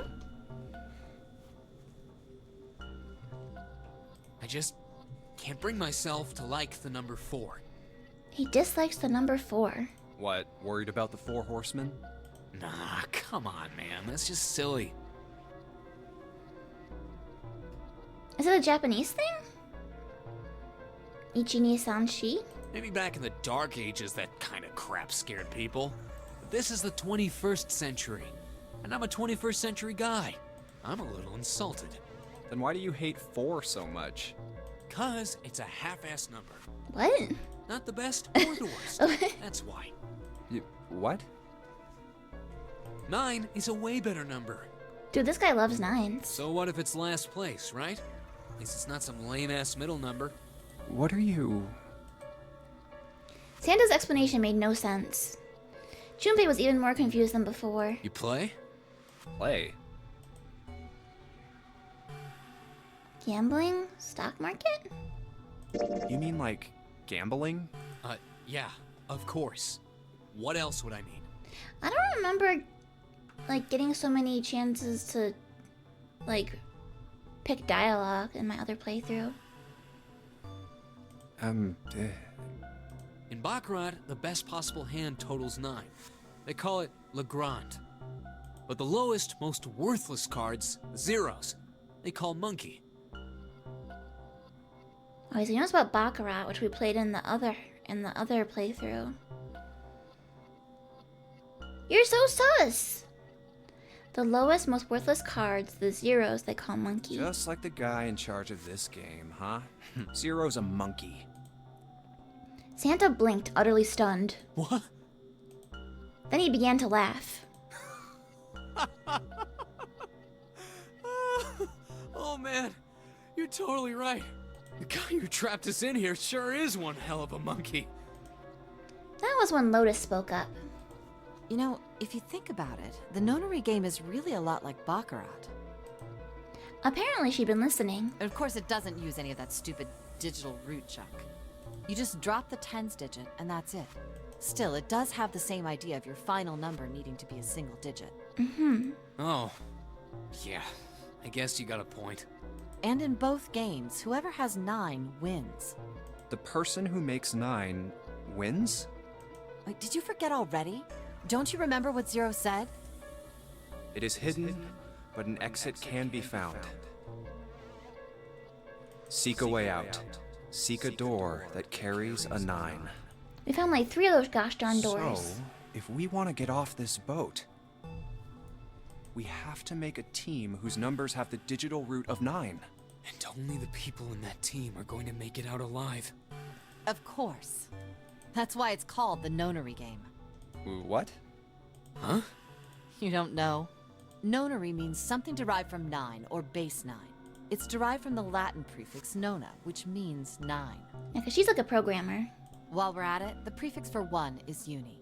You know, like the unicorn, the horse with 1 horn. 2 is bi, like binary. Binary means composed of 2 parts. 3 is tri. I'm sure you've heard that one plenty. Like trio, triple, and triangle. You get the idea. After that, you have quart, quinty, sext, septum, and so on. And of course the prefix for 8 is octo, like octopus. Uh-huh. It's called that because it has 8 legs. Get it? I see. So then Nona means 9. Lotus nodded. So, how many of us are trapped on this ship? That'd be 9. And what are the bracelet numbers we have?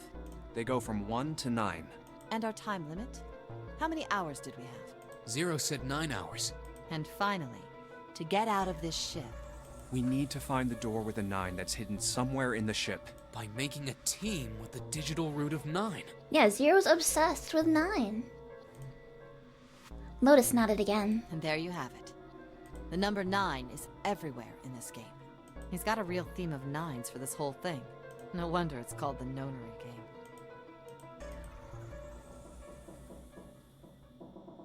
Somewhere far away, Junpei heard the creak of stressed metal. It sounded almost like Zero laughing at them. Or the sad, desperate scream of a pig headed to the slaughterhouse.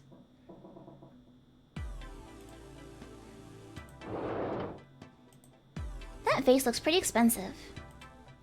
There are some pieces of expensive-looking ceramic and porcelain in here. There's a number of expensive-looking plates in here. Alright, we can't play with anything else.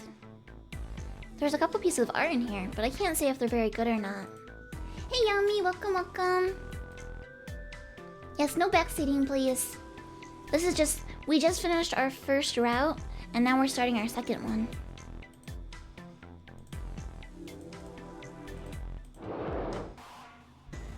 Alright, so I'm missing one picture. Oh. Yeah, I'm missing one, because I should get one more. Let's hang up the shower curtain. Maybe that will do something. There might be one, like, hidden inside it. I bet that's it. There's a curtain rod running along the ceiling. Let's put the shower curtain on those hooks. Let's try spraying the curtains. Oh wow, that's a pretty obvious peephole. Somebody's really dedicated. Well, with a hole this big, you gotta wonder if maybe they wanted to be caught. So you're saying maybe the one getting spied on was into that stuff? Maybe they were into like those home invasion fantasies. Home invasion? Interesting, I see.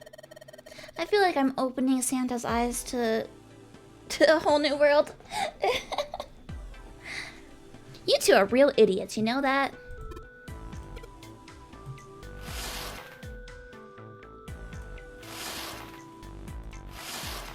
What does it mean? Okay, wait, let's...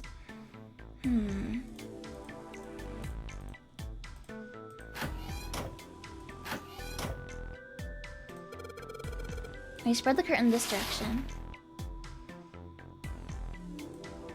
There's a hole in the curtain. If I look at it from a ways back, I can see a single tile. Alright, from here I can see what tile it is. It looks like it's 5th from the top and 3rd from the right. Let's try checking that out in the other room.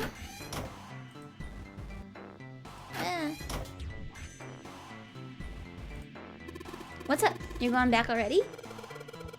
Well, I can't just leave June there by herself. What, you think you're her knight or her protector or something? You're creeping me out. Whatever, man. I'm going. Alright, so then if I go to my bathroom... 1, 2, 3, 4, 5... Wasn't it this one right here? Here it is. Yes, this one's loose. I think I can get under this with my nails and yes. Okay, now we gotta put the picture together.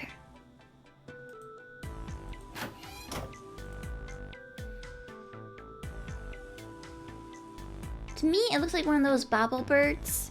The ones that like duck down and drink water. Do you know what I'm talking about? It's a decoration.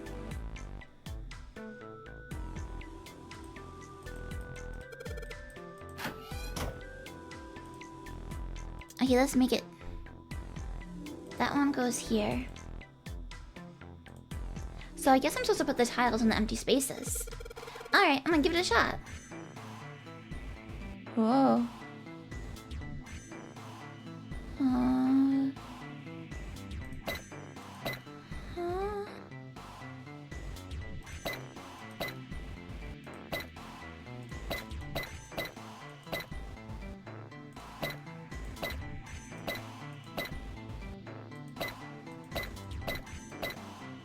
That almost looks like it's supposed to go there, yeah. Let's swap these. Yay! Yes, I did it! There, picture complete. And there goes the frame. Well, what's this? What do you mean, what's this? Pretty obvious, isn't it? There's a hole in the wall. Like a hidden safe or something, you know? Anyway, let's take a look. I think there's something inside. It's the Mars key. Junpei messed around a bit with the key he had and looked blankly at the picture that slid down. What's the deal with this picture anyway? Santa had only been mumbling to himself, but it drew Lotus's attention. She looked at the picture and paused. I think I've seen this picture before. Huh? Where? In a book. There's a British biochemist named Sheldrake. He has a rather interesting theory.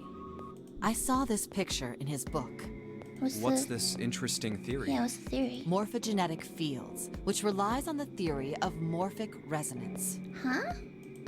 Man, I can't deal with this. Just listening to you talk about it is giving me a headache. Santa put his hands on his head as though he were in great pain. Lotus merely arched an eyebrow in his direction and continued. It's not a difficult concept to grasp. In essence, he states that the shape of living organisms and their behavioral patterns are transmitted through a field not visible to the eye. The shapes of living organisms and their behavioral patterns. What part of that isn't difficult, exactly? Lotus did not look pleased. All right, how about this? Theory of the telepathic mechanism.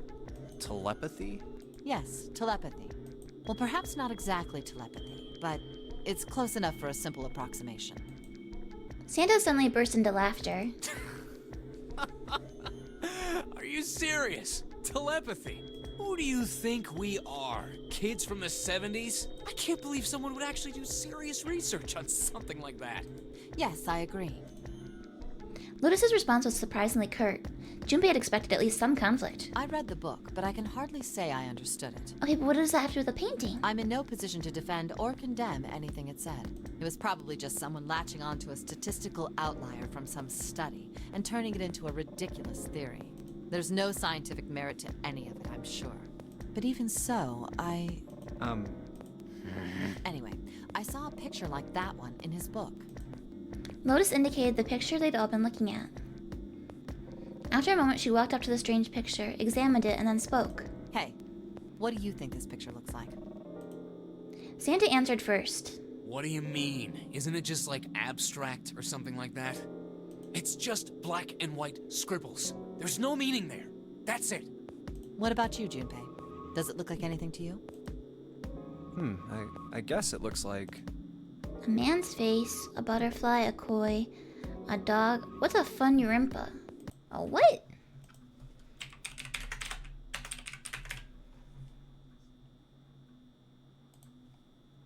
Oh, it's made up word apparently.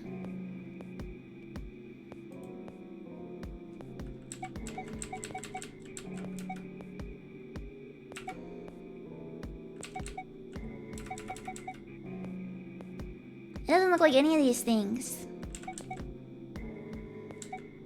You think you see a dog? How do you guys see a dog?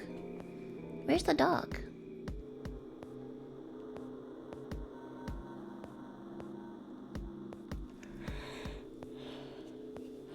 Ah! Ferocious roar. A dog walking away to the left? Huh?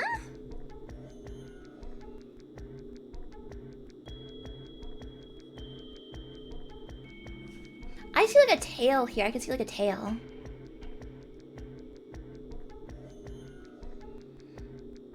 If you guys think it's a dog.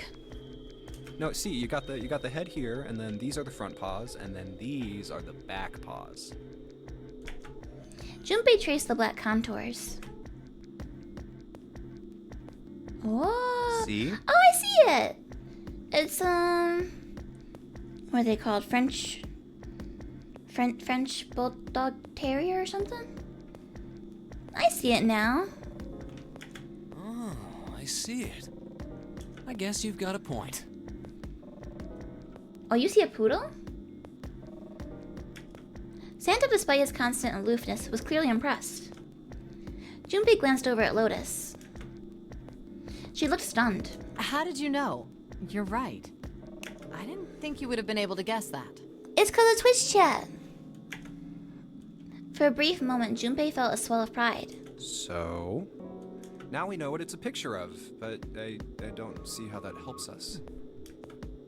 Lotus nodded and began to speak. A TV show from Great Britain did an experiment once. They took two similar pictures. Both of them were difficult to identify, initially. But once you figured out the answer, you couldn't see it as anything else. These two pictures. The first was a woman wearing a hat. The other one, well, to make it easier, let's just say it was this picture of a dog. Uh-huh. So, their experiment. First, they sent the picture to other parts of the world, outside the reach of British airwaves. To Ireland, the US, Africa, Europe, etc. Then, in each country, they gathered a number of test subjects, roughly 1,000 people. They were shown the two pictures and asked, what does this picture look like to you? The results weren't really interesting on their own. 9.2% of the people saw the lady in the lady picture. 3.9% saw the dog in the dog picture. Then, 2 days later, they aired a new program on their show. During the 30-minute show, they broadcast the dog picture and its solution. The audience was estimated to be 200,000 people. After the broadcast, it was a safe bet that the number of people who knew the solution to the dog picture was at least that many. Right. After another 2 days passed, they gathered more research subjects from areas outside the reach of British TV and radio. Oh, this is like what Santa was talking about in our other route. Because Santa was talking about how if some mice like learned a maze type thingy, then mice from a different country also could solve it faster or something. This is the same idea. This time, they only found a sample of roughly 850 people. Naturally, none of them had participated in the first test. They were, however, given the same test and the same two pictures. The results were startling. 10% of the people saw the lady in the lady picture. The previous test sat at a 9.2% success rate. Not much of a change statistically. The dog picture, however, produced a very different result. The percentage of people able to successfully find the dog, it went from 3.9% to 6.8%, a very significant increase. So do you understand? Do you realize the significance of this experiment? I don't know, I still feel like that's a coincidence. There was no way the second group could have seen the picture. Yeah, but maybe they were dog people. They lived far away from Britain and couldn't have seen it. But even so, it was only the success rate for the dog picture that went up. Why? How did that happen? What does it mean? Lotus looked back and forth from Junpei to Santa and back again. Normally calm and collected, she looked now as though she was very nearly possessed, and there was something manic about her manner. Santa took an involuntary step backward. Junpei didn't budge and stared straight back into Lotus's eyes. Oh, wait, does this have something to do with that field? Or whatever it was that you were talking about earlier? A field not visible to the eye. So, if more people know the answer, then that information will pass through the field. Huh. Psych! Psych? Her manner suddenly shifted and Lotus smiled broadly at Junpei and Santa. She waved her hand dismissively, doing her best to laugh the whole confrontation off.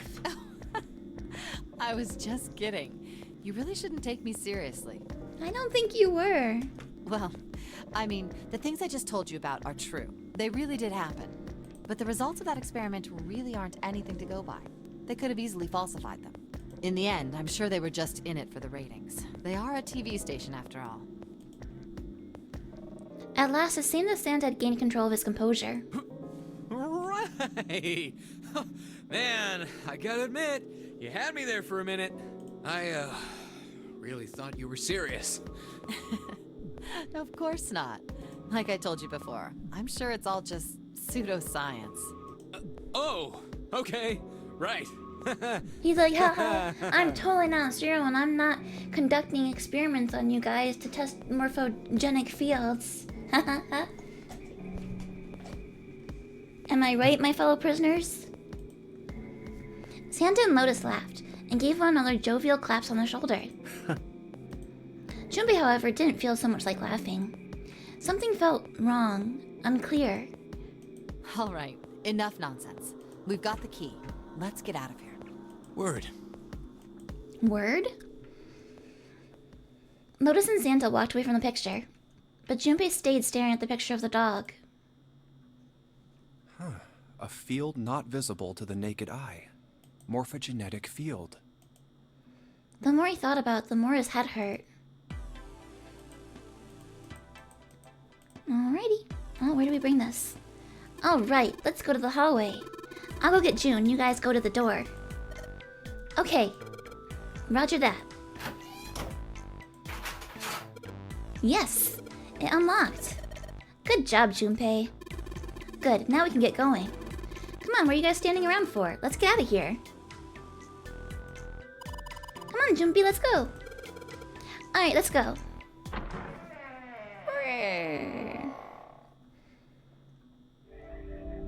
You found a way out. They stepped through the door to find themselves in a wide hallway. Oh, another hallway. Junpei, June, Lotus, and Santa stopped for a moment and looked at their surroundings. A short distance away, a metal grate extended across the width of the hallway. Come on, open! It's not going to Why open are you because closed? you rattled it, you know. Why? Tell us why. We deserve to know. Damn it! They took hold and shook, but it refused to move. Look over here! Nearby was a pair of elevators. Elevators. And the buttons? Of course they don't work. The power must be out here too, just like by the staircase. Boo.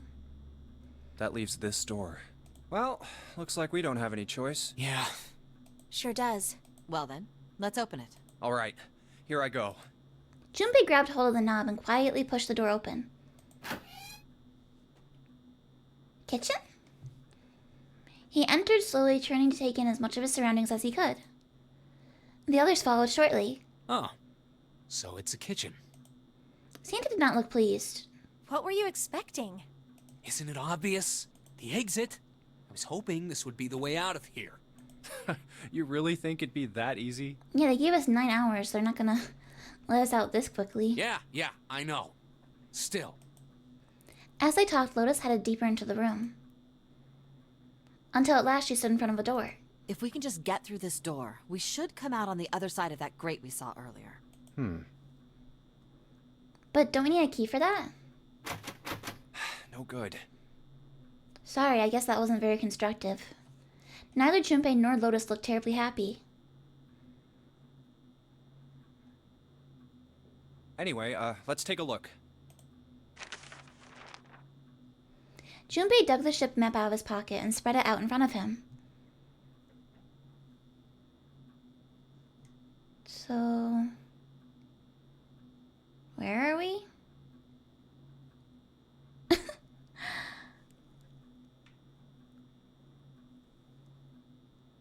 I am not good with this map. As he did... Hey! What's that? Huh? Oh yeah, I guess I forgot to tell you. I found this a little while ago. It's a map of the B deck. Before Junpei could finish, Lotus snatched the map away from him. Let me see that. She ran her finger across it, muttering to herself. I knew it. See? Look. Yes, hold your horses. Junpei did as he was told. What did you figure out? Santa and June moved over to look at the map as well. This is handy. See? We came in here. Now if we go out there, then we'll be on the other side of the grate. I need like a you are here marker. With her finger, Lotus traced a path on the map. How about that? She's right. We can get out through Oh, so we there. can't. Oh, okay, we came here. Okay, here's the 2 cabins. We came through here. These are the elevators. Here's the grate. There we go. Here, you can have it back. Satisfied that she'd been correct, Lotus folded the map and handed it back to Junpei. Thanks. He took it and slid the valuable piece of paper back into his pocket. There's a card reader on the right side of the door. And that means the key card is somewhere in here, right? That seems the most likely. All right, we know what we need to do then. Let's get moving. First off, I say we split up and look for clues. Okay. Seek a way out.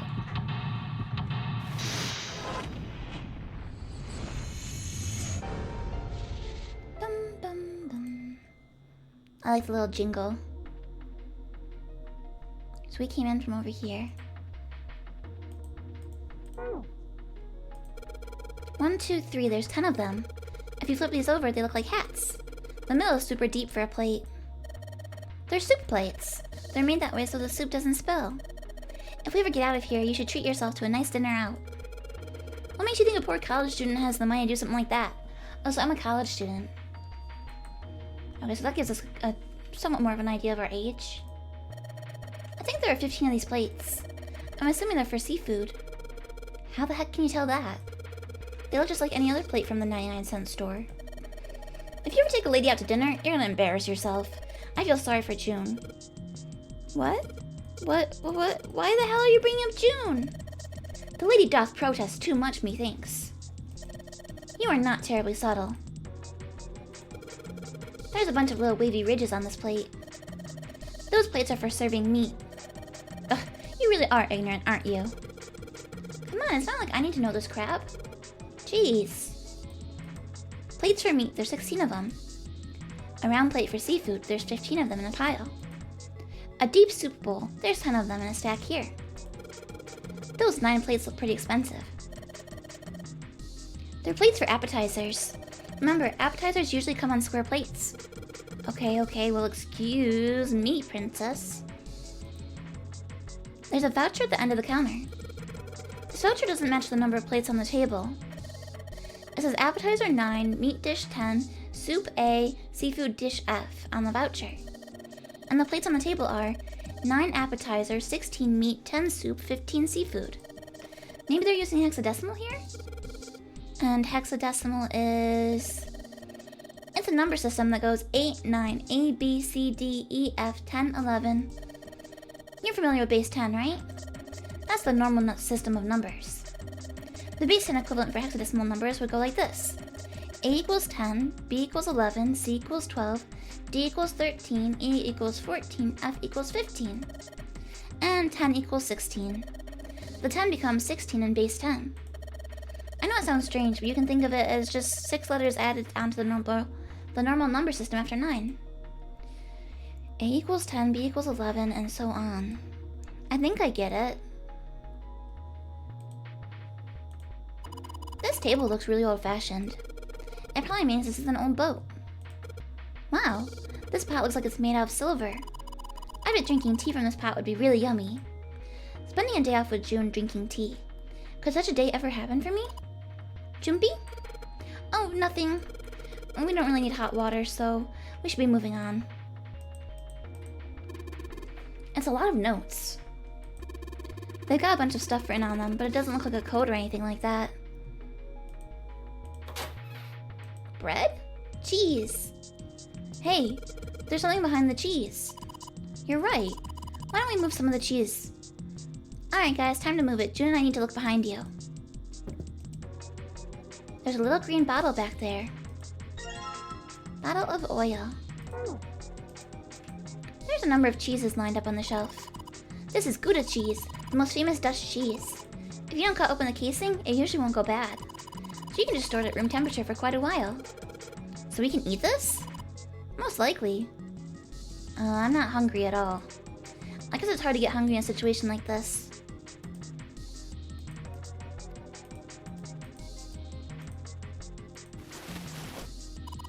There's so much stuff in here.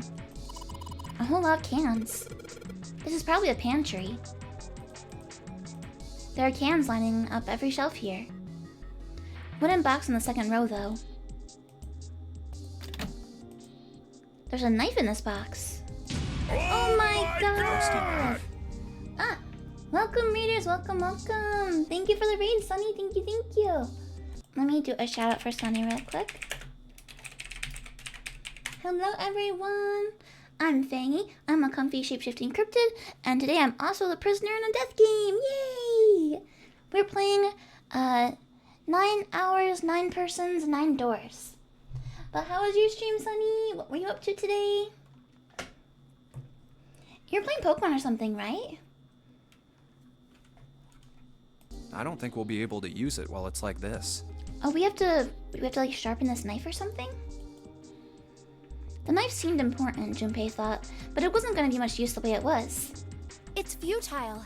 Futile? You know, a waste, useless, pointless. Oh. Any particular reason you wanted to bring that up?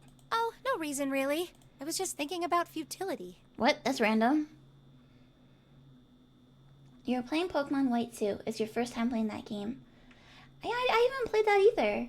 I played like Pokemon White, but not White or Black 2. Huh? What do you think of it so far? She wasn't making much sense. Junpei tried rephrasing his question. Why were you thinking about futility? At last she answered. Well, it has something to do with the Titanic. The Titanic? Yep. Have you ever heard the story that the sinking of the Titanic was predicted? What? No, I have not heard No, that. I haven't. What is it? In 1892, 14 years before the Titanic sank. Oh, you started streaming a little bit early today because you needed to correct some exams? Oh, gotcha. So you still have to do the exams? Good luck with your grading. A novel was published. It was called Futility. It was written by an American novelist named Morgan Robertson. Oh, so what, like the story basically came true with the Titanic? The story was about a big cruise ship colliding with an iceberg and sinking. Yeah, welcome Tesla, welcome Dingo, welcome. Of course, if that was the only similarity, there wouldn't be any reason to mention it. It wasn't, though. The name of the ship, its nationality, course, departure time, size, displacement, maximum speed, number of passengers and crew, the number of lifeboats, even the location of the accident itself, and the cause, and the location of the damage. Everything matches the Titanic almost exactly. Huh? It was almost as if he'd seen the whole thing happen. Is this real? But this book was written 14. But that's not all. It wasn't just futility that predicted the sinking of the Titanic. There were two other similar stories written by a man named William Thomas Stead, both of them before the accident. One in 1886 and one in 1892. Stead wrote two stories that had striking similarities to the Titanic disaster. In one, two ships collided. Many of the passengers died because there weren't enough lifeboats. In the other, a ship collided with an iceberg and sank. I don't know. I mean, those ones don't really have that I'll much give you that it seems a little similarity. weird, but I'm pretty sure it wasn't too uncommon for ships to hit icebergs back in the day, or even other ships. The first story sounds suspicious, though. Right, I knew you'd say that. Hmm?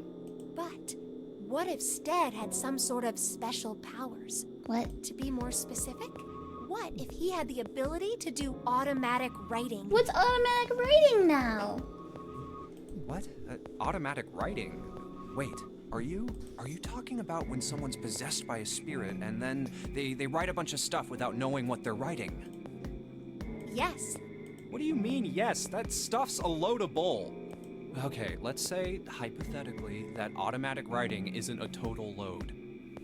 These guys still couldn't have predicted the sinking of the Titanic. When this Stead dude wrote his thing, nobody had died on the Titanic yet. So if automatic writing is about being possessed by dead people, who the hell possessed him so he could write that stuff? It's a time-traveling ghost.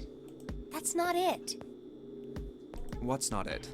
Stead wasn't possessed by a spirit. He was doing the possessing. Huh? Oh. What are you smoking? William Thomas Stead was a passenger on the Titanic. He just wrote down what he saw with his own eyes and sent it to himself in the past. 20 years before it happened. He decided it was probably best to just say nothing. What June was saying was insane and utterly absurd. If he tried to take what she was saying seriously, he'd go mad. Well, Junpei smiled uncomfortably. Well, why don't we talk Cinder, about you this being some silly? other time, okay? You being silly girl over there? Hey, you being silly, huh? You making noises. You being silly puppy. She's like rolling around on the floor. Huh? But... Her voice trailed off and she glanced at the floor, troubled. Come on, let's get back to it. Junpei tapped June gently on the shoulder and awkwardly reached around her to pick up the knife from the box. I will have to oil this knife. We don't do that. I don't actually know how you get rid of rust. There's milk in here. Milk in an iron barrel. Judging by the rust, it's probably really old. Maybe we shouldn't open it up. I don't think it'd be a pretty sight.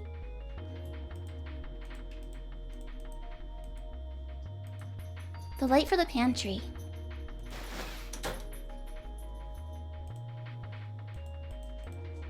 Maybe this table's for preparing food? There are plates everywhere. A sink. It's still got water in it. There's a couple of plates in there, but I don't think they're gonna help us much. A whetstone. Ah. Maybe I'll use the whetstone to sharpen the knife.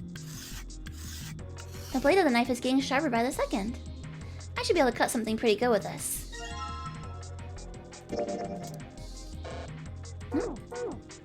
A glove, sure thing, Sonny.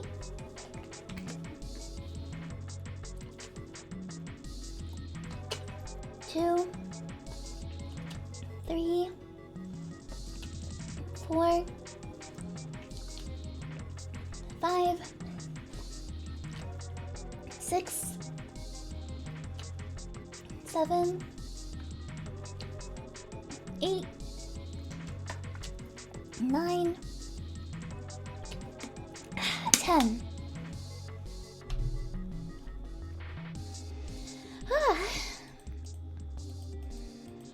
Alright, so we got some dishes in here. Oh no, I'm feeling ferocious.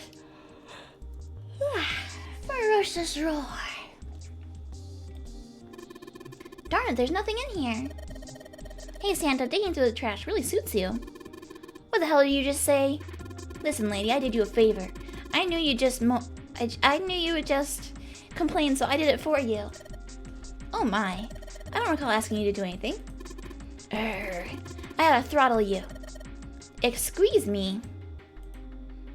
Does it feel colder in here? A big bucket made of tin. There's nothing inside. A trash can. There's nothing inside of it. Well, it's better than being full of rotten food, I suppose. Okay, I can't open that one. Oh, a countertop. There's a rolling pin and coal under here. Nothing useful. Colander?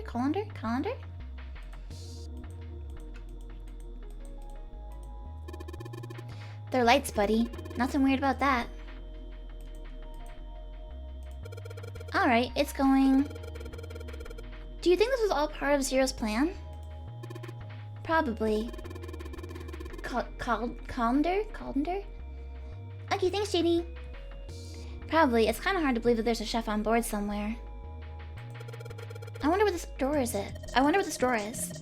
You see the metal grate on top of the grill? They make it like that so the fat and juices can drip off of the meat while it cooks. The door seems to be stuck. It won't open. I need to oil it. It's a grill. There's some coal down there. They're bright red. Looks like the area under the plate opens up. No, you can't. I already checked. It's sealed shut.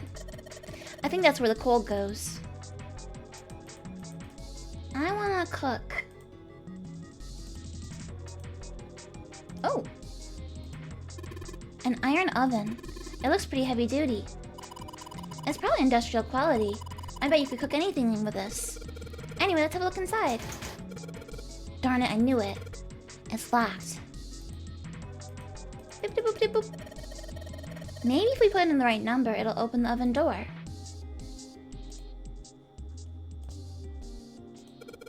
All we've got here is a pot and frying pan. Oh, and a pressure cooker. Well, I guess we could use some of those as weapons.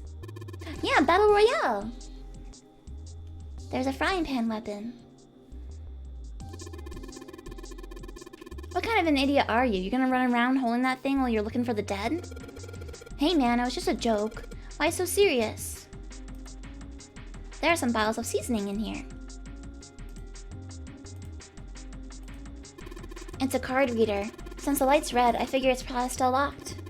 The key card for it's gotta be around here somewhere. We just gotta find it.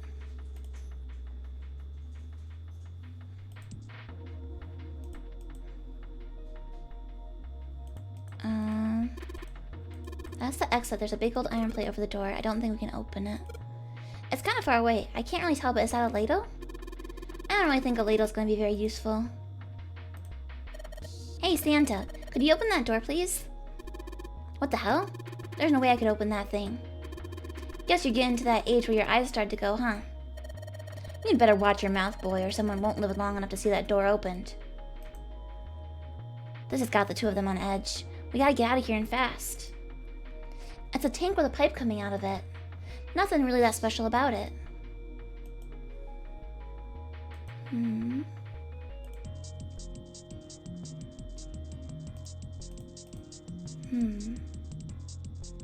We went in here.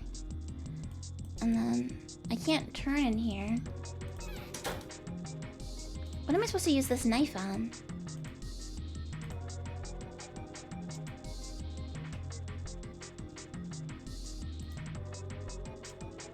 This bolt is rested in place. It won't budge. Of course. Maybe if I put some of the oil on it. Hey! Just a little bit of oil and... Come on. Come on, you little son of a gun. Whoa. Huh, yes, got you. I got you.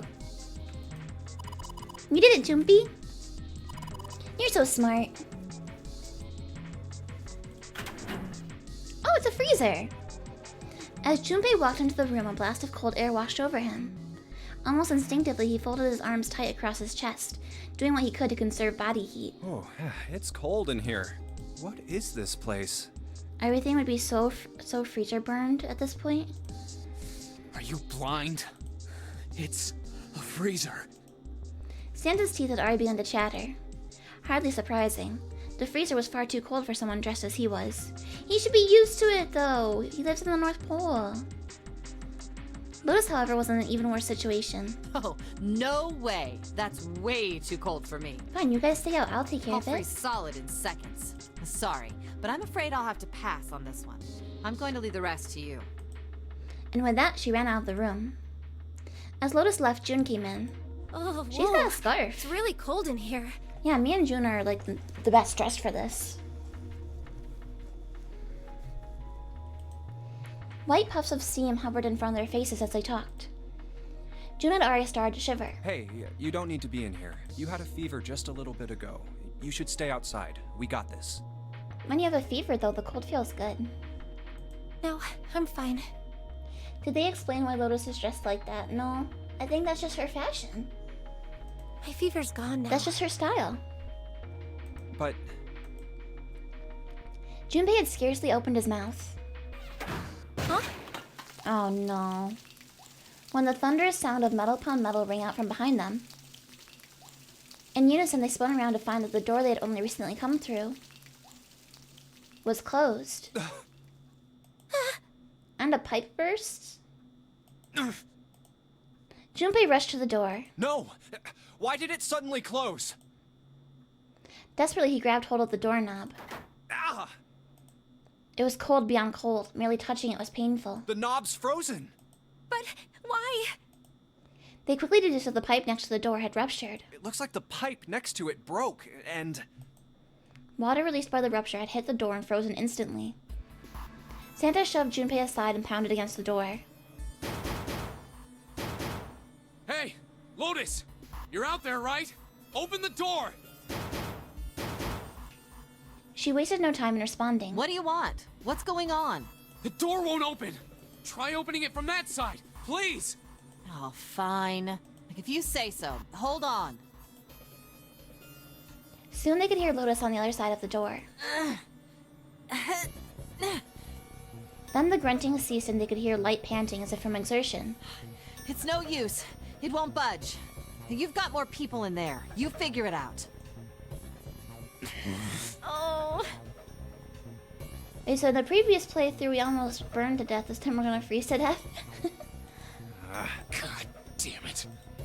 Santa was shaking like a newborn deer. June was hugging herself and was shivering violently. Even Junpei, with the heaviest clothes of any of them, was clearly feeling the cold. With every breath they took, they could feel the cold working its way deeper and deeper into their bodies. Anyway, let's find a way out. If we don't get moving, we're gonna be permanent residents. Two heads are better than none. I'm sure we'll figure something out. We have 3 heads. Yeah, you're right. Let's just take a good look around this room, okay? Right. They pushed in close to one another and began to search. Dry ice. Junpei picked up the dry ice with his sleeves to avoid burning himself.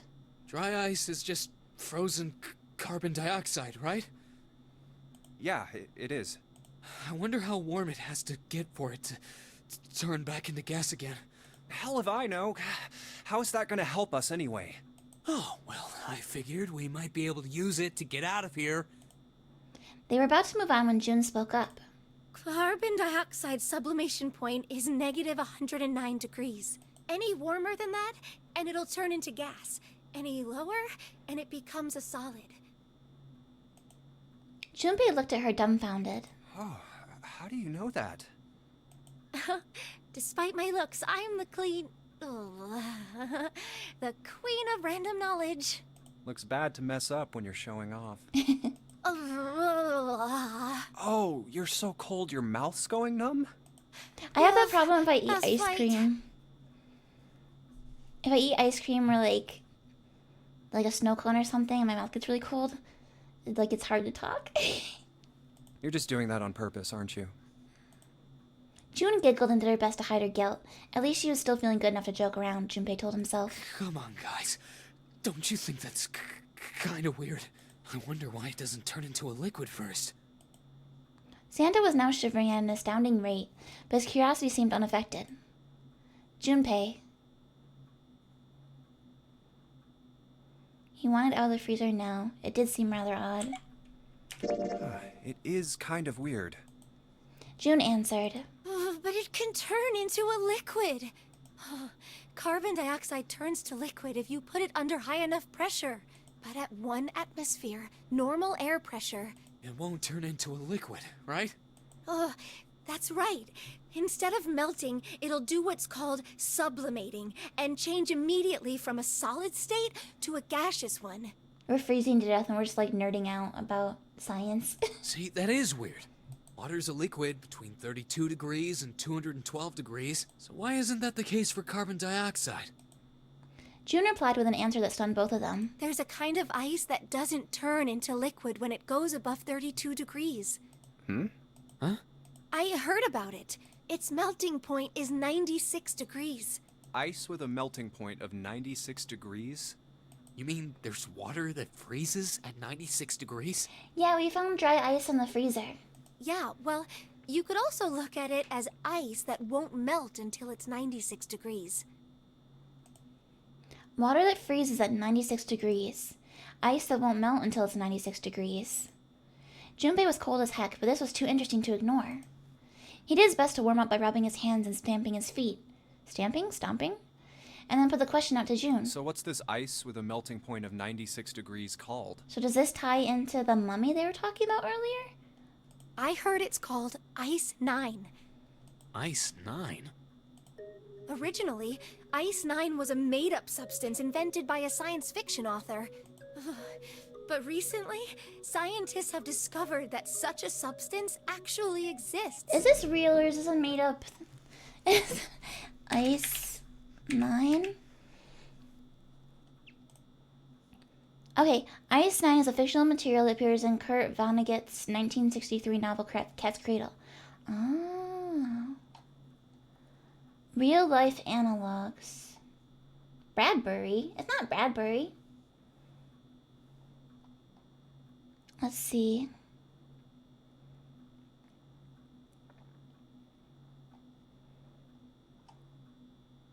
There is... Cubic says maybe not Ice 9, but there are other types do exist. JD says there is a real-life Ice 9, but it doesn't behave like in the book. Okay, let's let June continue explaining it then. Wait, hold up. So is this thing called Ice 9, or is it water? Like I said, if the ice is over 96 degrees, it'll be liquid. If it's under that, it'll solidify. So you could think of it as a polymorph of H2O. Here, think of it like diamonds and graphite. They're both made of carbon, right? But depending on the structure of the crystallization, the hardness and structure are completely different. So you're saying normal water and this Ice 9 are like that? Yup. Okay. She wasn't finished. Have you heard the story about the crystallization of glycerin? For 150 years after the discovery of glycerin, people cooled it, warmed it. They did all sorts of things to it. But whatever they did, it never crystallized. Glycerin like soap? Soap stuff? However, one day in 1920, some glycerin on its way to England by ship was discovered to have crystallized during the trip. Scientists around the world wanted to research this new crystallized form of glycerin and asked for seeds.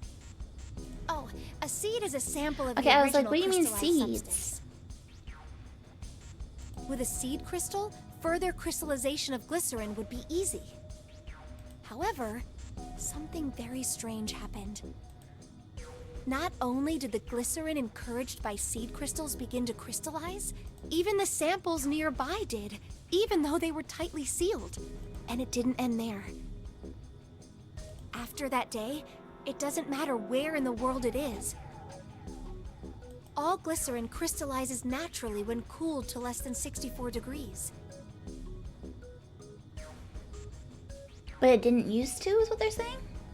Before that day, no matter how glycerin was cooled, it refused to crystallize. What? But once the crystallization had begun, it was almost like... how do I put it? It was almost like all the glycerin in the world was communicating. What? Where are they going in this game? Communicating in some way that we can't sense. And now it's happening everywhere. Junpei was honestly impressed, was kind of annoyed. Is this true? Glycerin crystallization 1920. I feel like everyone who plays this game probably has the same search history.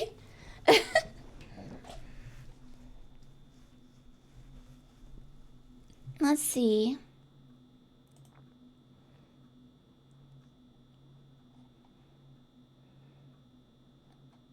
I don't know if it, so basically there was some research this is Reddit by the way, conducted into the crystallization of glycerin in the early 20th century. They made some wild speculations about synchronicity, but it's largely junk science and exaggeration. Okay. Is this just like, I feel like the writer for this game was just like, let's take every random fact and pseudoscience thing I've ever heard of and mush it together. Junpei was kind of annoyed. Jun was nice, but he had enough of her ridiculous stories. So all of a sudden the substance began to crystallize without a seed crystal? That seemed unlikely. No, impossible. In fact, it was utterly ridiculous. Even so, Junpei couldn't help but ask. Also, hey Jun, thank you for the club.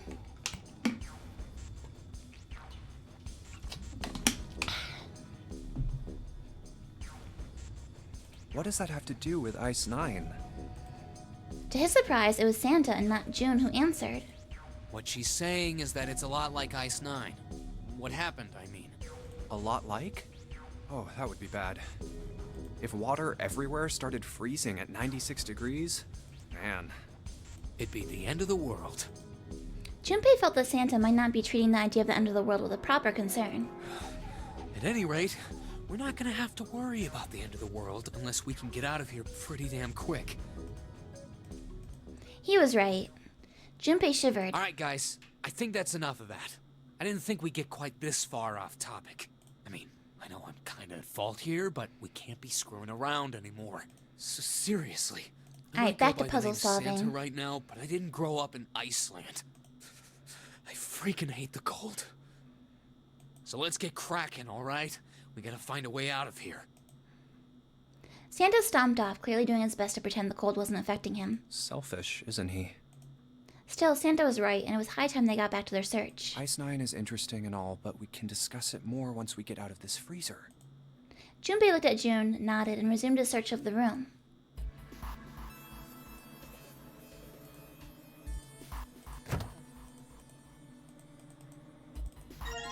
Frozen chicken?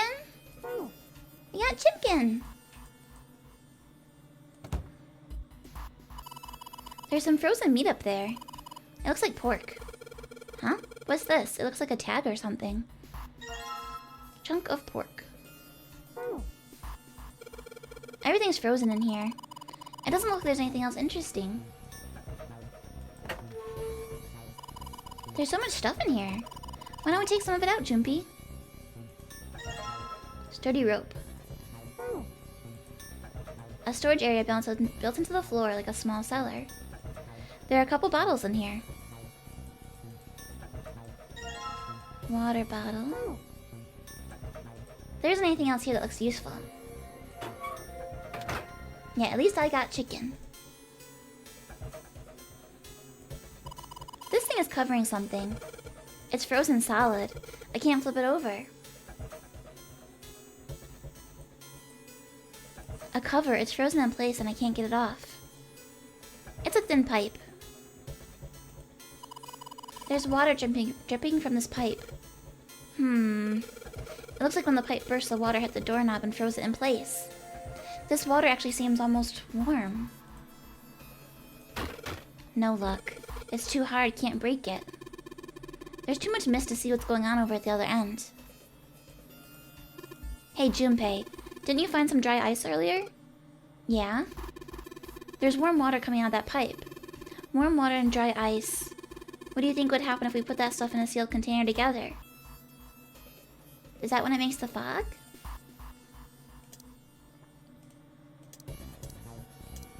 Do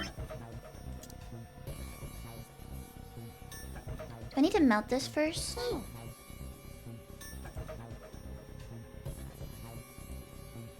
There's warm water flowing from the pipe. I need to melt this. Oh, maybe it's already empty. Combine. Dry ice. No. Dry ice. Let's start off by putting the dry ice into the water bottle.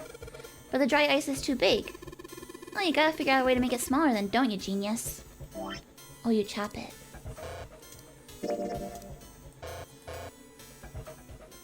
Hmm?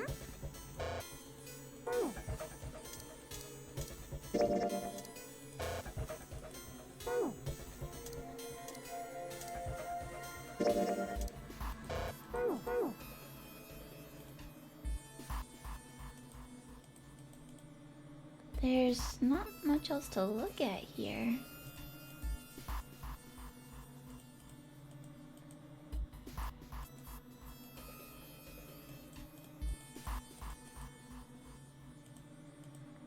I need to crush the dry ice if I want to get it in the bottle.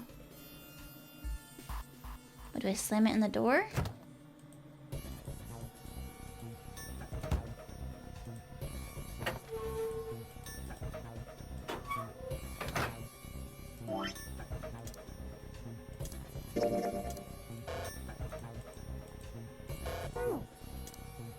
What, do I bludgeon it with the pork?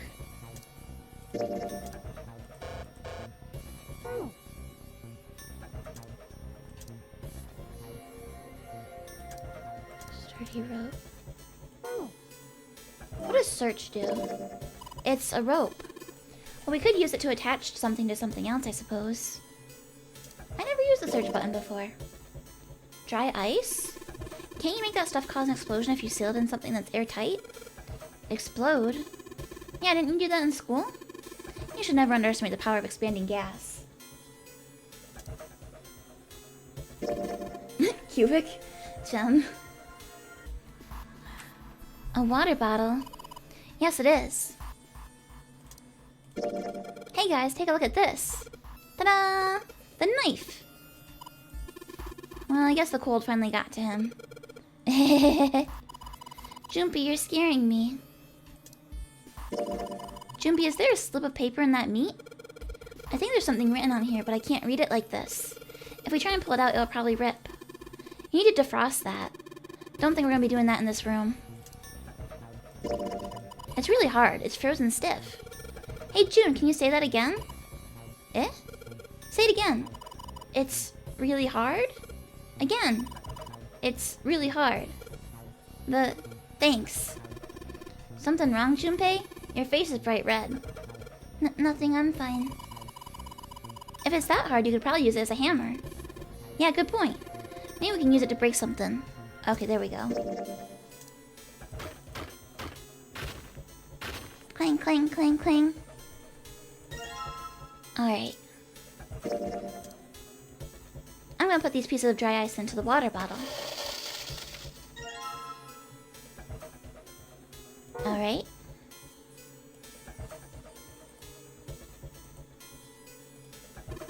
Not yet, Junpei. We're not gonna get the result we want unless you can hook that bottle to the doorknob somehow. It's gotta explode right next to the ice on the doorknob. We need to figure out a way to attach the bottle to the doorknob. Okay, so that's what the rope is for. And let's just tie a rope on here. Water bottle bomb. Warm water dripped from the ruptured pipe near the door. Put water into the bottle with dry ice, and make sure the lid's closed. Now I just have to put this makeshift bomb on the doorknob. Alright, that's set. So, what do we do now? Yeah, that's what I wanna know. We just need to give it a little, tap. The bottle's already about to pop. I don't get it, because wouldn't the water in there be frozen? Or are they suggesting we melted it with the warm water first? Or was there no water in the water bottle and we filled it with the warm water? If we just throw a rock or something at it, it'll go off all on its own. A small rock. Huh. A small rock. Junpei looked down at the floor. Scattered across it were pieces of dry ice left over from the larger chunk he'd crushed earlier. Alright, this ought to do the trick. Do not touch that with your hand. He pulled his sleeve down over his hand to keep from getting burned, and grabbed the chunk of dry ice. Ah, some dry ice, huh? Not a bad idea. It was a pretty good size. About as big as a pool ball. Alright guys, stand back. Actually, we should probably hide somewhere. Both Santa and June looked at him with new concern. Where exactly do you expect us to hide, genius? There isn't really anywhere big enough. Yeah, there is. Look, right here. We can hide in there. Junpei pulled open the door to the small cellar. Come on, get inside, quick. Oh, you can fit in there? Okay, that's bigger than I realized. Junpei quickly followed. In his hand, he could feel the chill of the frozen carbon dioxide, even through his sleeve. He tightened his grip, took aim, and prepared to throw. Alright, here I go. 3, 4, 5. You're counting the wrong way. Yeah, what? Oh, oops. That is a really sad excuse for a joke, man. Sorry, dude. Alright, for real this time. You guys ready? Yes, whenever you're ready. Just throw the damn thing. Alright, here I go. 3, 2, 2, 1. Kablammers! With the same... Oh, Junpei threw the chunk of dry ice as hard as he could. With the same motion, he ducked down into the cellar with Santa and June, just as... Junpei leapt up out of the cellar and ran to the door. Jumpy! The ice on the door! Is it gone? Yeah, it's gone. The blast must have shattered it. Yes! Alright, let's see if it opens. Junpei grabbed the knob and pushed with all of his might. Freedom! The door gave way easily and all three of them tumbled out of the freezer at once. Hooray! We're out! June, relieved, collapsed onto the floor. Move! Santa shoved past Junpei and ran straight to the grill, which he immediately grabbed. Oh, god damn it! Hot, hot, hot, hot, hot, hot! He proceeded to kick the grill in a futile but amusing fit of rage. Well, you did just grab the grill. What did you think would happen? Hey, where's Lotus? Lotus? It took Junpei only a moment to find her. She was sitting on the counter, idly scratching her chest. Oh, welcome back. I was starting to get tired of waiting for you guys. With a great yawn, Lotus lowered herself off of the counter. Junpei clenched his teeth and walked towards her. What were you doing? What do you mean, what was I doing? We were gonna die! Oh, yeah? But you didn't. So everything worked out all right, didn't it? What the hell? Just kidding. It might not look like it, but I was really worried. Oh, don't give me that crap. I'm telling the truth. I mean, if you died, then I'd be in trouble too. Yeah, she needs our watches. If you died, then I'd be stuck here, and I'd die too. See?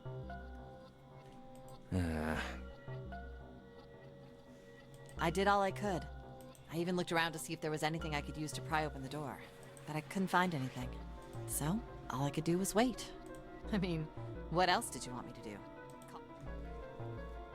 It was true there wasn't much she could have done, but something about her tone. Junpei gritted his teeth. Fine. But there's one thing I have to ask you. What's that? You didn't close the door, did you? Wait, what? You think I closed the door on you? Why would I do something like that? It closed on its own.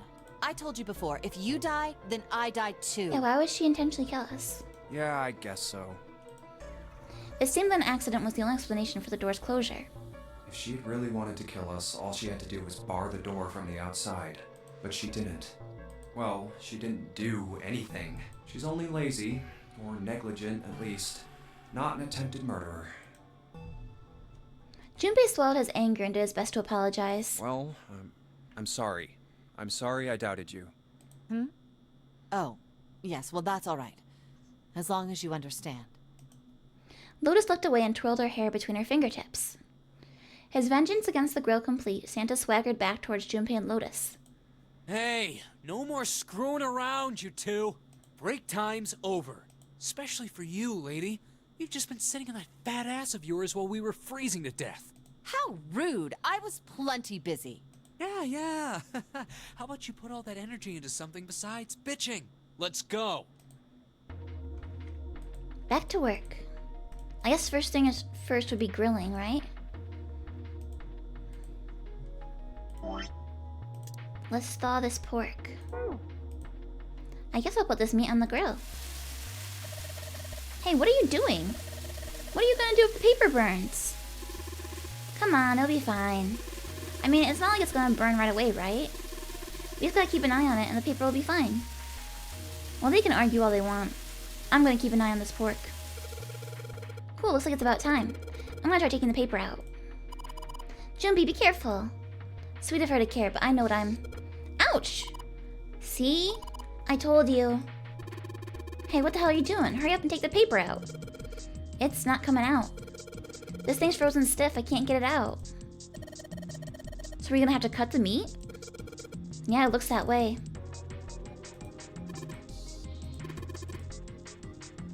But if it's frozen, how am I supposed to cut it? Alright, now that I've sharpened the knife. Yes, I cut the pork. Awesome, Junpei. Now we can cut the paper. C plus 10 plus F. For this? Okay, oh, they explained the hexadecimal to me. Let me see if it's in my notes.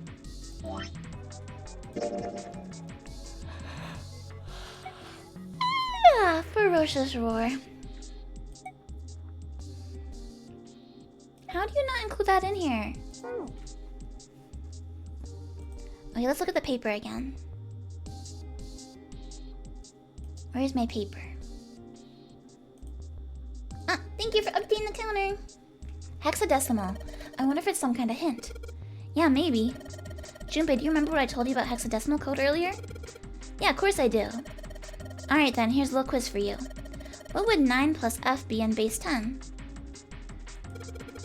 Well, F is 15, so it'd be 9 plus 15, which would be 24, right? That's right. Good job, you're a fast learner. Oh, you guys got it? Okay, wait. Alright, so C is 12, plus 10 is 22. They're both plus, right? 22 plus F, which is 15, so 37? Alright.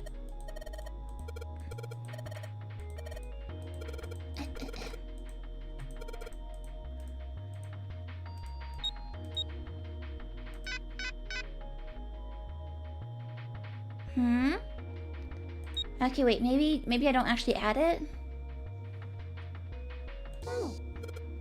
C plus 10 plus F.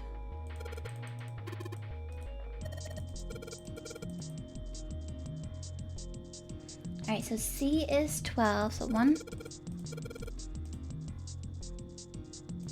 2, then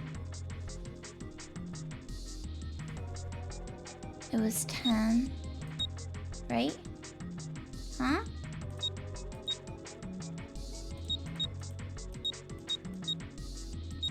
Oh, so it's supposed to be, it looks like it's looking for 3? It wants 3 numbers? Maybe the answer needs to be in hex 2? Okay. C plus 10, and C is 12. So it should be 12 plus 10 plus 15.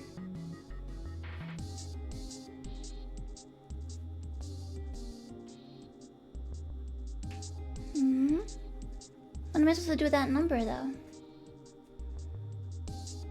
And how would I put it into hex because there's no letters on the thingy?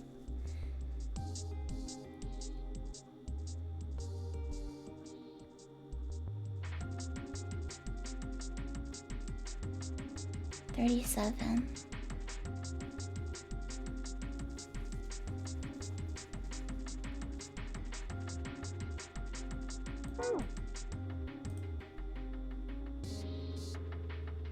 Leading 0.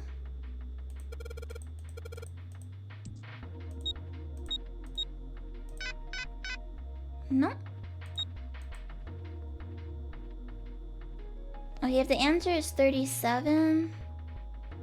And I'm confused. I don't know. I don't know. Remember, the paper we found on the pork said C plus 10 plus F. There aren't any letters on the input device, though. What does that mean? Maybe C plus 10 plus F is a hexadecimal number. And then if we convert it to base 10, okay, so if it's hex, 10 isn't 10?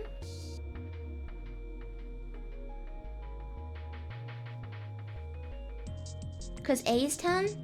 Then what is 10? What is...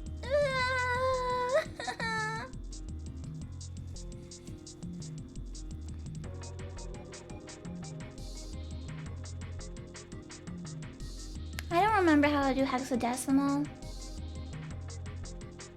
I think I barely ever knew it to begin with.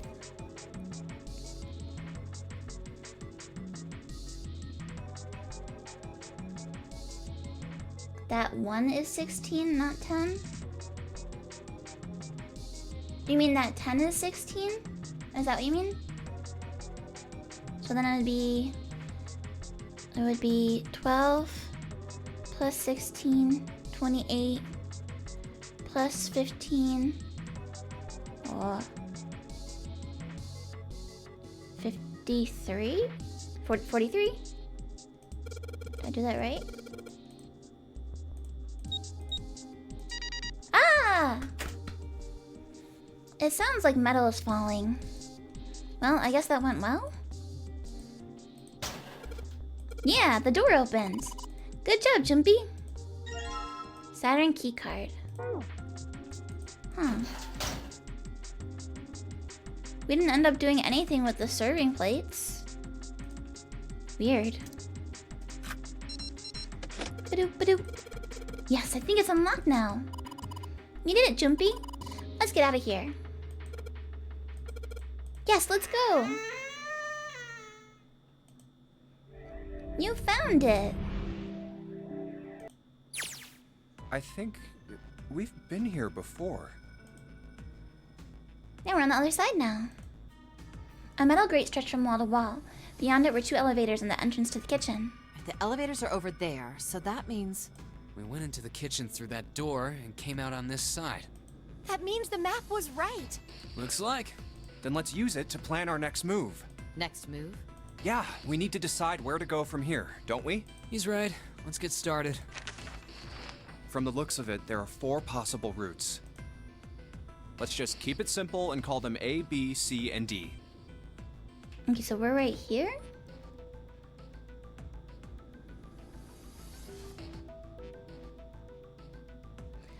Oh, is this the weird chapel? Okay, that's the weird chapel. And then this would be the casino?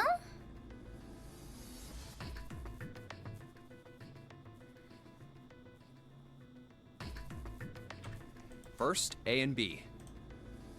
They both seem to connect to a room that looks L-shaped. Yeah, there were 2 doors.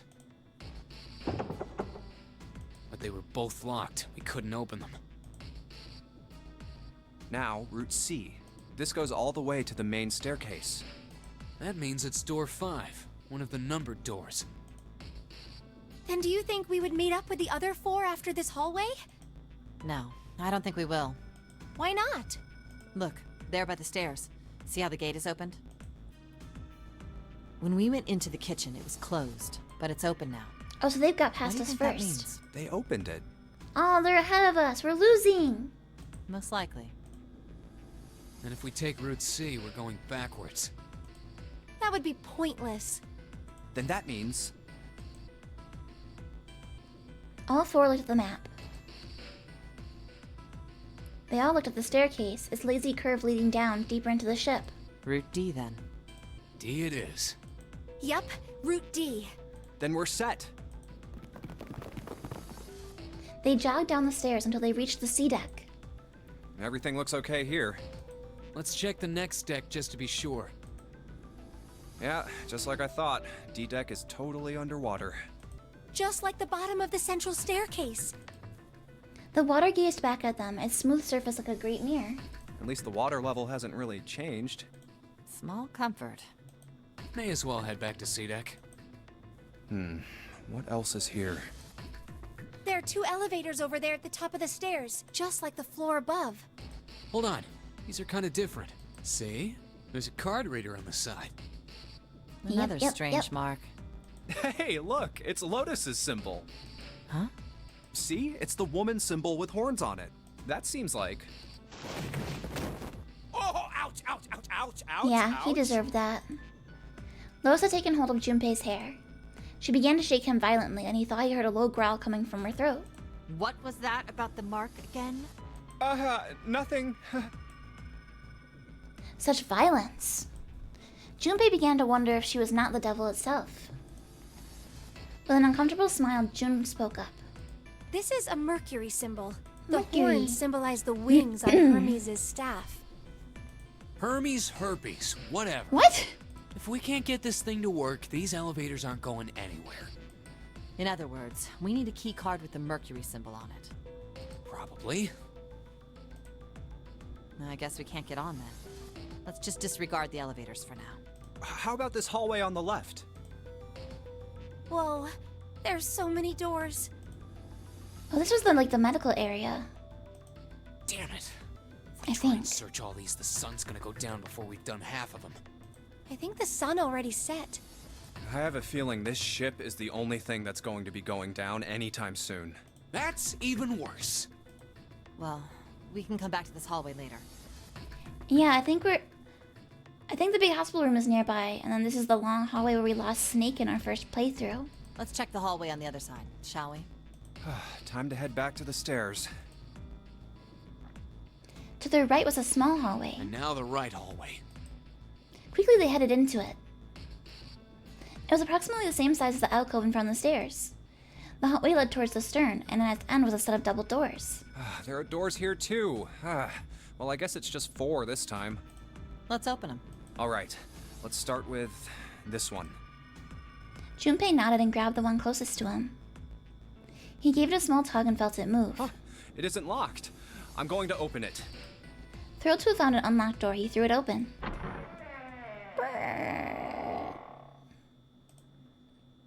Junpei didn't know what to make of what he saw. What?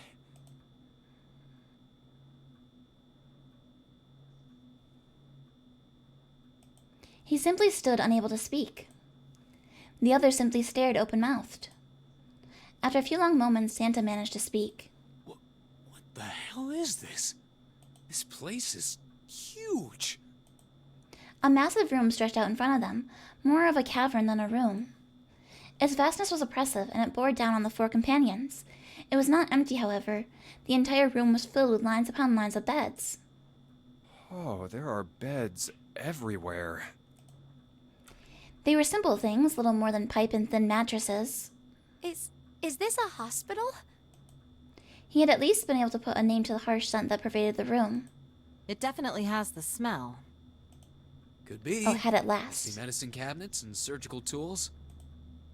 Hey, look there. The 4 doors at the end. 3 of them were emblazoned with large single-digit numbers, made with thick red paint. The left door says 3. The second door is blank, but the third has a 7. And the rightmost door is 8. There's no doubt. They're numbered doors. Why is the second door blank? That seems kind of strange, don't you think? Yeah. No point worrying about it right now. Let's see if these will open first. Yes, that sounds like a good plan. Junpei headed towards the doors, weaving his way between the beds. He started with door 3 on the left and moved to the right until he reached door 8.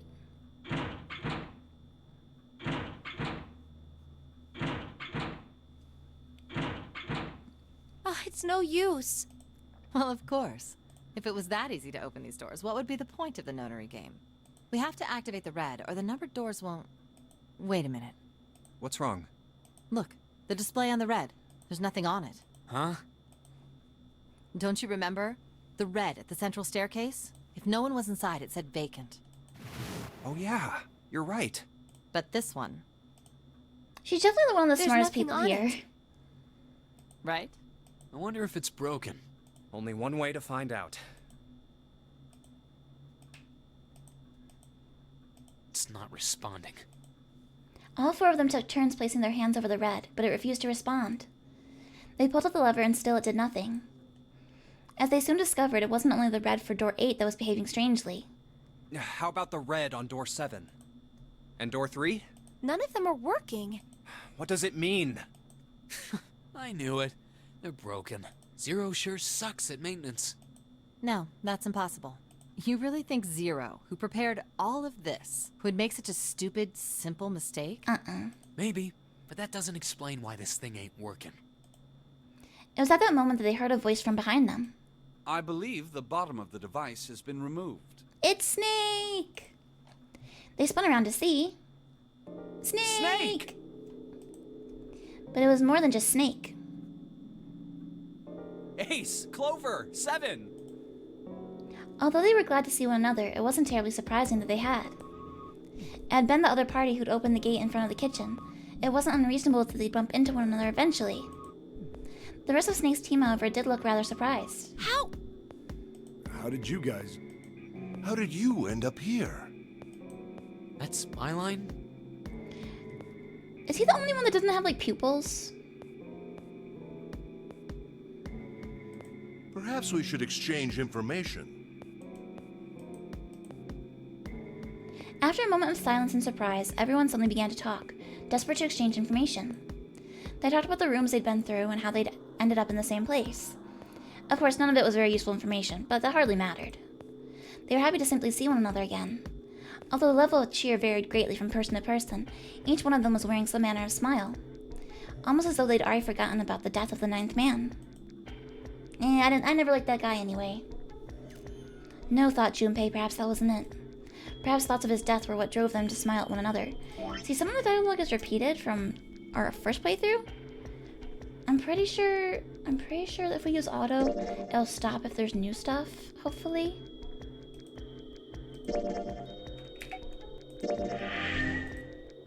I think anyway. Oh, did not mean to do that.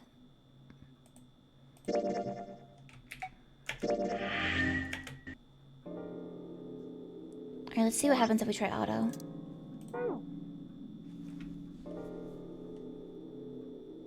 But it's gonna be slow. It's faster to click through.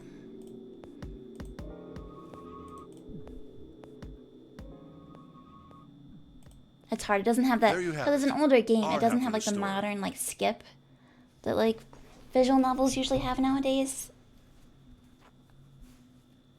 There you have it, our half of the story. His part finished, Ace fell silent. For a moment, Junpei was silent in thought, and then he spoke. Okay, let me see if I got all this straight. When you guys got here, the bases for the Reds were already gone. And you looked all over this room, but you couldn't find anything.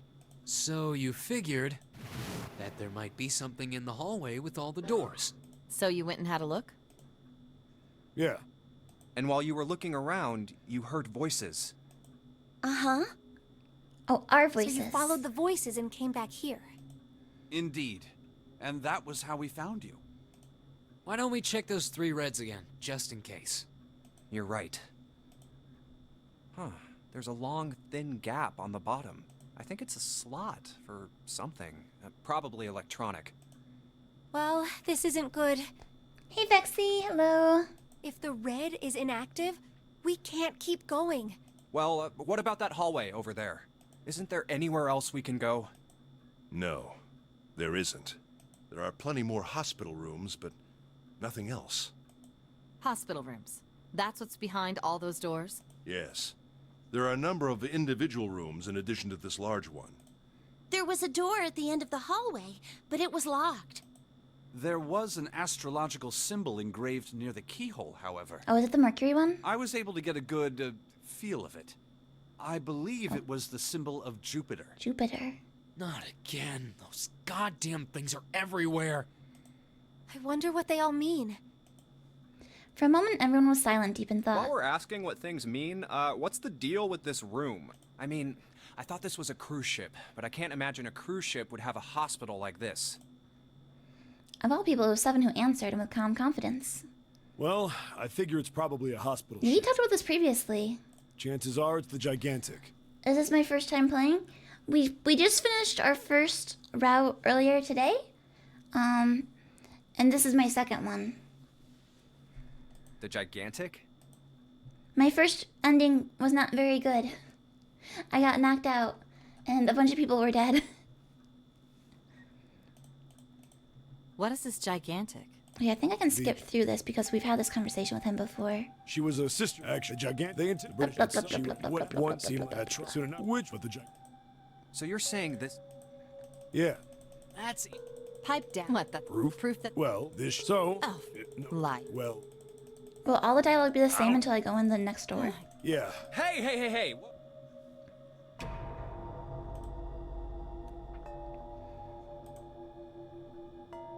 Okay. Junpei he felt legitimately shocked by what seemed to be new and very important information, that Seven doesn't have his memory. Everyone else, however, seemed unimpressed. In fact, they all looked at Junpei as though he had said something very strange. Yeah. Your point being? He decided to revise his attitude for the next question. Wait, was I the only one that didn't know? Everyone nodded. Why? Oh. Yeah, I guess I didn't tell you, huh? I told the rest of them before we ran into you on the stairs. Yeah. What? Then, almost as if to save Junpei from further embarrassment. Bong, ding dong, ding bong. Hey, Blur Nico, welcome. How's 99 going? It's going. We're trying again. We finished the game once and it was bad. So now we are trying for a better ending. It sounds like the clock in the main stairway. Junpei counted each chime carefully. 10, 11, 12. Huh, 12. Zero It's said he midnight. lost, and then Akane disappeared, and Santa disappeared, and Snake and Ace got crispy, and then I got knocked out by gas. And that was the end. Then we've still got 6 hours left, right? We don't have any time to. Let's get going. We gotta find them. What do you mean, find? How on earth do you propose we do that? We've looked everywhere in this room. That only leaves one place to look. One? Well. So they're going through the hallways again. Wait, don't tell me you... Don't. Four... We just have to split each. There... Okay, so we've done this already. All right, so I think we can skip Yeah. through here. Yeah. we'll all. Yeah. I'll shout. I hope. If we. Skip, Right, skip, then skip, let's- skip, skip, skip, skip. Skip, skip, skip.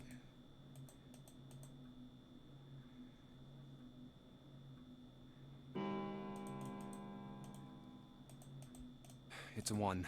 I better get back to the others.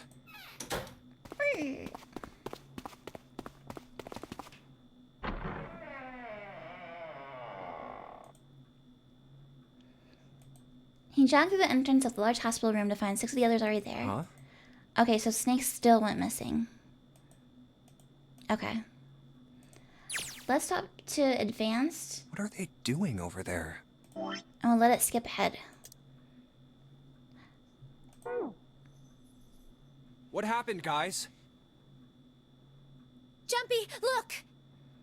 So the reds are fixed now. Vacant? Come on, guys. Who was it? I thought we were supposed to yell if we found it. You know, even though we know what happened to What Snake, the hell? sort of, What is up with you guys? we don't know who actually repaired the machines in Well, our that's first the playthrough. thing. We don't know. You don't know? When I got back, it was already like this. There was no one else here. That means I was the first one back, but the missing parts were already back in the red. What? Let me see. You're right. It's in there. What about the other two? If I go to They're the same. flowchart, so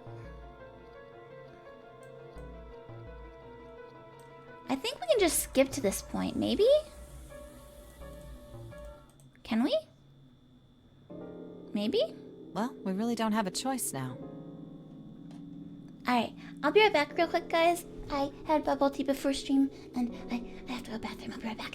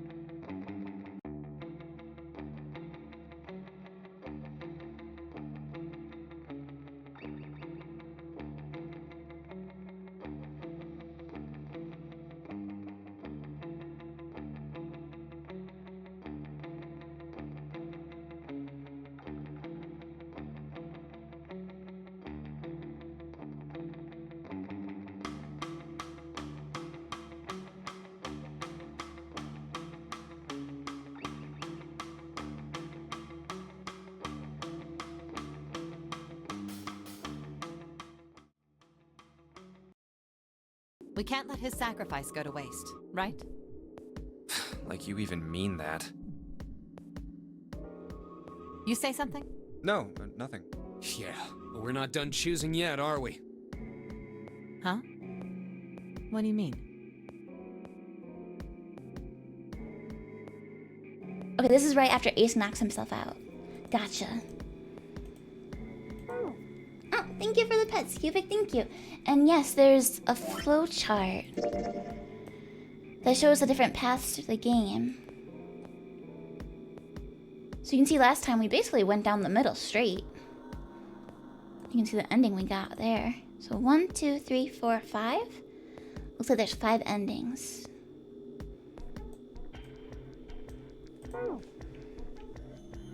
Well, we haven't decided who's going in what door.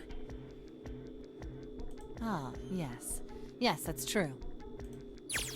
Swap back to novel mode. Enough of this screwing around. Let's decide. You first, Lotus. Which door do you want? I think last time I went. I want door number 8. I think.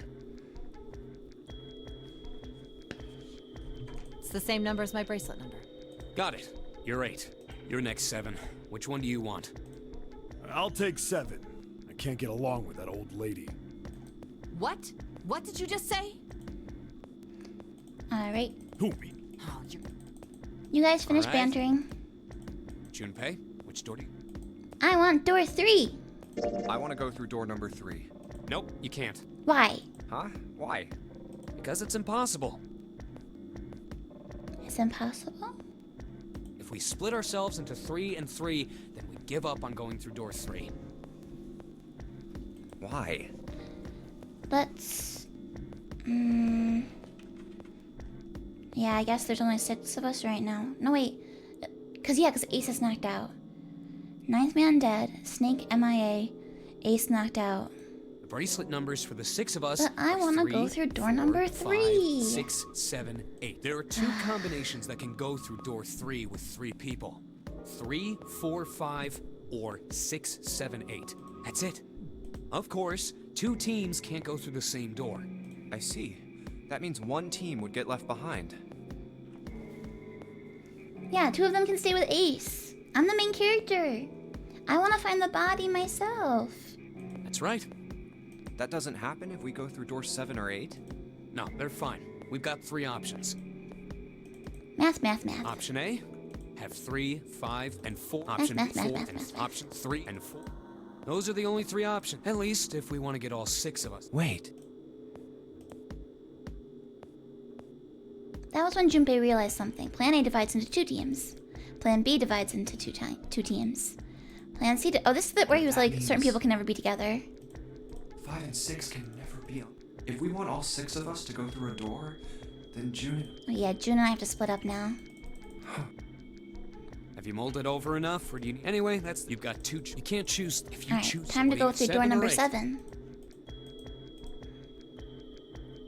Take the risk and choose door 3? Oh, so I can insist? Sorry, Santa, but I still want to go through door 3.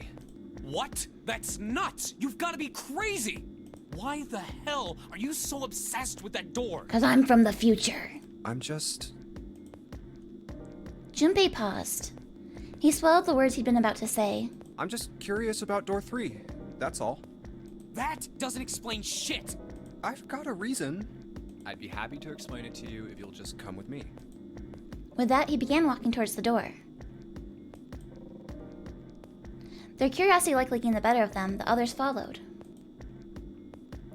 Yeah, does Junpei remember? Whenever there's games like this where you have to like play through it multiple times, it's always like there's a question of whether or not the main character remembers stuff. Lunchtime gotta go. Enjoy your food, JD! Enjoy your noms! I get to go for curry later tonight. For dinner. Lunch was the bubble tea. See ya, Fangy? Are you leaving too, kitty? Yeah, lucky! I get curry every Wednesday. It is a special treat. Alright, a few of them looked a little suspicious, but Junpei told himself that wouldn't matter. He kept walking and kept silent. Eventually, they arrived at the number 3 door. Junpei stopped. I'm curious about the red. 7, would you mind authenticating for me? What? Why? Please, just do it. He stared at Junpei for a moment, then grunted and laid his palm heavily on the scanner. Happy? Yeah, thanks. The number 7 has been entered into the red. Next is June. Please touch the red just like 7 did. Jumpy, what are you trying to figure out? Yep. I think Junpei thought about his answer for a moment. I might have found another way out. What? What? Really? That got them excited. Just as Junpei had intended. Now please, June. Oh, okay. So 4. With those 2 numbers in the red, Junpei had what he wanted. He casually placed his own hand on the scanner, and then the third asterisk blinked on. 4 plus 5 equals 9. Wait, what?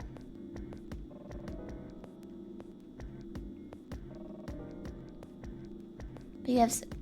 Wouldn't it be 7 plus 6 plus 5? Which would give you 14? But they're saying instead you can take the 7 plus 6 and then you can take the sum and then add the 5? Has that just always been an option? All right, the only people who haven't authenticated now are Santa, Clover, and Lotus. So, what's your point? You don't get it. Think about it. Huh? What's the sum of your number and Clover's? 12? 12. And what's the digital root of that? 3. Which is Santa's number. By the way, Lotus, what's the number that's currently in the red? Huh? 7 plus 6 plus 5 equals 18. It would be 9, right? Yes. Oh, I did the math wrong and what earlier. will the digital root be if you add 3 to that?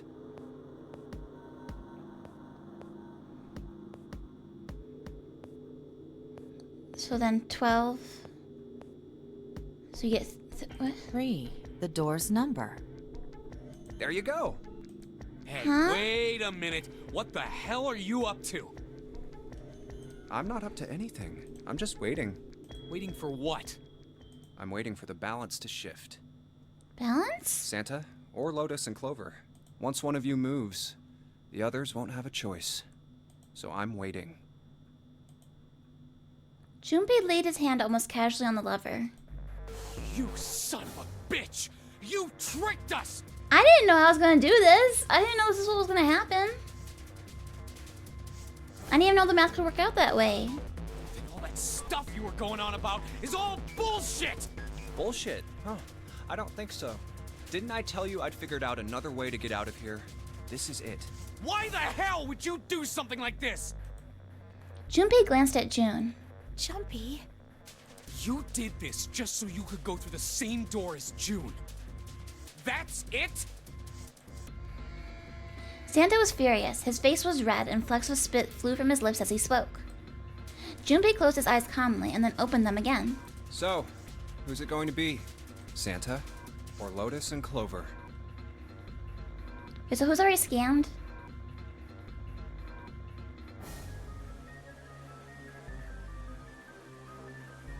Shit! It was 7, me, and June, right? Let's go, Clover. Huh? Lotus leapt forward. She grabbed Clover by the sleeve and ran for Junpei in the door. Fuck! Caught by surprise, Santa froze for a moment, then shot forward like a bullet from a gun. Lotus had a head start, but Santa had the advantage in size and speed. Almost immediately, he passed Lotus and Clover. Oh, no, wait! Santa did not hesitate. Ah! He slammed his hand down on the red. This is insane! This isn't right! So is it actually gonna open? He glared at Junpei, his chest heaving. Yeah, well, you may be right. Junpei's voice was cold, but not without effort. But He turned to the red and pulled the lever.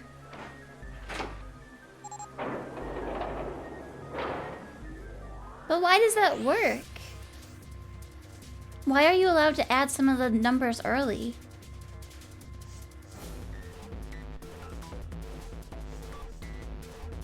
He turned to the red and pulled the lever. With the sound of metal on metal, the door opened. It would only remain so for 9 seconds. There was no time to think. Go. Junpei and his 3 reluctant companions jumped into the door's gaping mouth one after another. Oh, the digital route is still 3? Oh, so he was just BSing earlier? About how you could add the 2 first numbers and then add the 3rd one? Okay.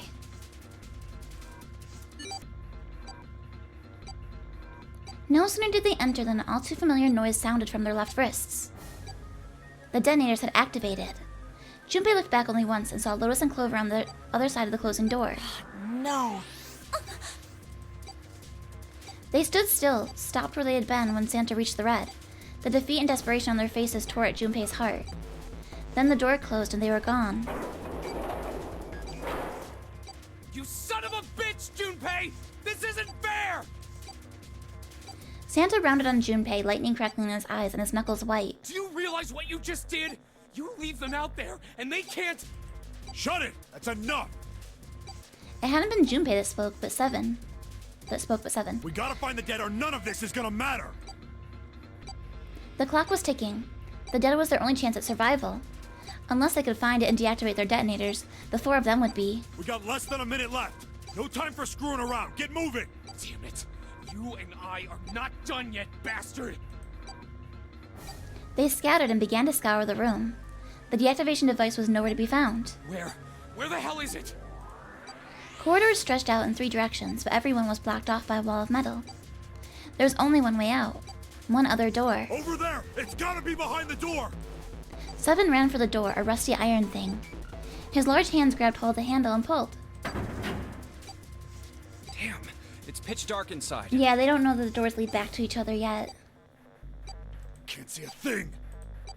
Junpei stuck his head through the door and looked around the room. No, wait. Almost immediately, he spotted the blinking red light on the right wall. I found it. The dead's right over here. I don't understand, because like before when we went into this room, it was all like, oh my gosh, it smells so gross because of the dead body. But why don't they smell it now? Because isn't he already dead? He stepped into the room. Oh, what? The floor's slippery. I guess just those couple of hours made that much of a difference. He stopped and glanced down at his feet. What was... Hey! What the hell are you doing? There's something... Get over there! Instead of get over here, get over there. Junpei felt Seven's heavy hand against his back and stumbled across the room. Finally, I will know what the LLR means. I am like so obsessed with this LLR because like they didn't acknowledge it at all in my first playthrough. Nobody ever mentioned this in the game and I'm like, what the hell is going on? Why is no one saying anything about this? So maybe now that we're here, they'll say something, finally. The other 3 piled in behind him. They all felt immediately that something was wrong. Nothing that could be easily identified, only a sense that something terrible shared the room with them. But there was no time to say so. Quick! Get to the dead! They all started running. In the dark, it was hard to tell where the wall was. All they could see was the tiny red light blinking at them over and over and over. There it is! In quick succession, they all slammed their hands against the scanner panel.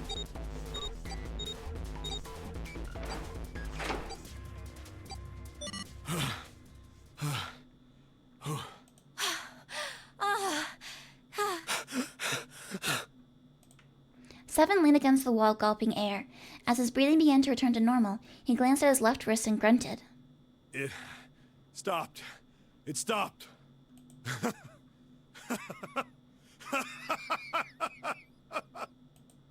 Junpei could hear him laughing in the dark, but could barely make out the larger man's face. I don't think I'll ever get used to doing this. What the... The sound of retching came from Santa's direction. What the hell is this smell? Oh, now they notice it. This is vile. I'm gonna puke. So desperate had they been in the race to the dead that no one had noticed the horrible smell that pervaded the room. It was a terrible, nauseating stench, like burnt and rotten meat. Adrenaline had drowned it out, but now it rolled over Junpei in waves, forcing itself into his nose with every breath he took. Oh, you're right. Oh, this is... He felt his stomach clench and bile rise up in his throat. Let's get the lights on first. There's a switch over here. The light that spilled in from the door barely illuminated a small switch plate next to the door.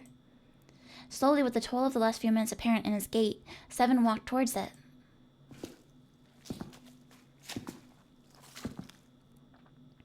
He stopped as he got close and extended his fingers towards the switch. Okay, guys, I'm flipping it on. There was a soft click as the lights came on. Just as the light turned on, June took in a short breath and... A scream echoes throughout the room. Junpei's breath stopped in his throat. His heart ceased to beat. Time froze. His mind scrambled to make sense of what he saw before him. What? Hey. Oh, this is... What was left of the body sat in a sea of blood. Chunks of flesh torn from the body sat in the pool like tiny islands in a great red sea. A vast ragged hole had been torn in the torso, and what remained of his intestines spilled out like it was fresh spaghetti. Smaller chunks of meat had splattered against the wall and become stuck there as they dried. Globules of yellowish... This is the same dialogue as before. Looks like an explosion. Yummy spaghetti. It even comes with marinara. Seven's voice was low and strained. Just like the Ninth Man. The detonator in his bracelet set off the bomb in his gun. Oh god. The bone is coming out of his left arm. It's definitely an open fracture. Remember when we did this on our first playthrough with the left arm? And then Kitty noticed that it's the left arm, which is the one that it's not supposed to be? That was a good call. It looked as though the explosion had been quite powerful. His legs were both bent in an odd, unnatural way, and his left arm had split open, exposing the painfully white bone of his ulna. His bracelet lay next to him. It seemed to have hit the wall hard enough to have shattered the display, which lay on the ground in pieces. The face is the worst. If Junpei remembers the past, he'll know it's not Snake. Yeah. Yeah. But then he would remember there was a body in here, wouldn't he? But I guess even if you knew there was a body coming, you'd still be grossed out. So maybe it's not suspicious. Half of his head had simply collapsed. The blood coating almost made it look like raw pizza dough covered in tomato sauce. His clothes, too, were covered in blood. The burgundy tie, the white shirt, the jacket with the yellow piping, and the gray slacks. But the clothes are... They were all familiar to Junpei. Is that... Snake? Santa's voice wavered as he spoke, his mouth dry. Oh my god. Finally, Junpei spoke. Why did this happen? Suddenly, June was screaming, her voice broken. It was an eerie scream full of insanity and not entirely human. No! No! No! She shook her head violently and grabbed fistfuls of her own hair. Junpei could hear the sound of hair tearing. Stop! Calm down. He grabbed for her wrist. Hey! But as he did, June leapt up and ran towards the exit.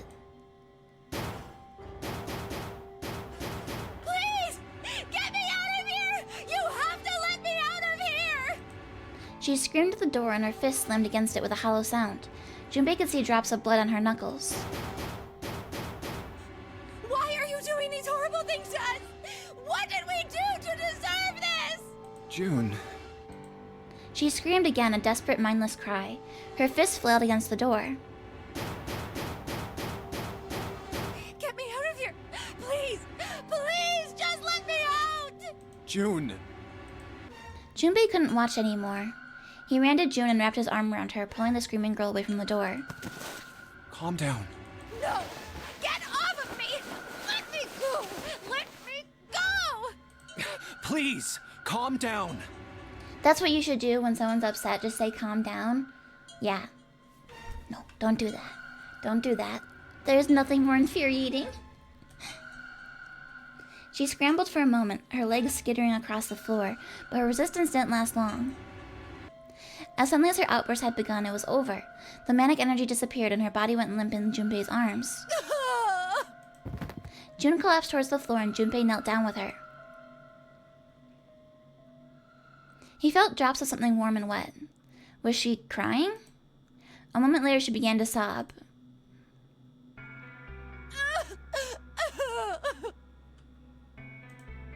Her shoulders shook and great hot tears rolled down her face like rain. We're gonna be fine. It's gonna be alright, June.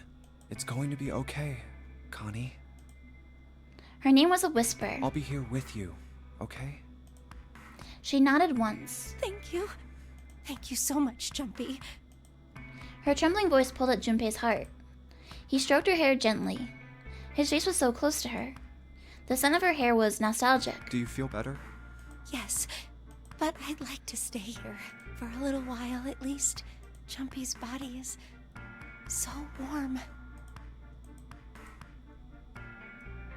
Several minutes passed before June's tears had dried. Junpei stood up. He bent down, put his arms under June's, and helped her to her feet. June has something weird going on with like her temperature, doesn't she? It seems like she goes like in between hot and cold a lot.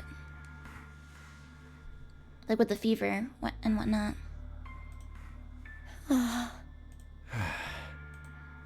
They didn't speak.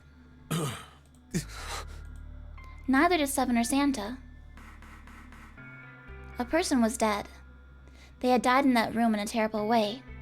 Junpei knew there was no way he could make himself forget that. There was no way any of them could forget it, but mourning would do no good.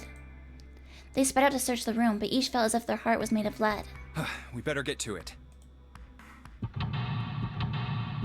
The LLR, the LLR. I must know.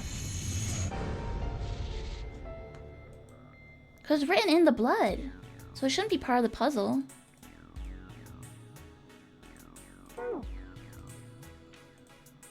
Those letters written in blood. LLR. Do you think that might be some sort of dying message from Snake? No, that's impossible. You saw the body. You aren't doing anything after something like that happens to you. Then this...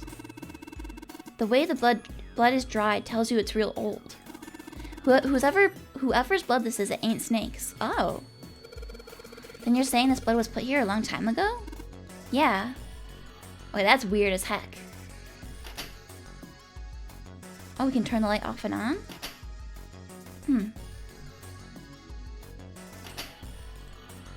An old message written in blood. It says LLR. I wonder why you would want to turn the light off. Alright, let's see if anything happens when I turn you.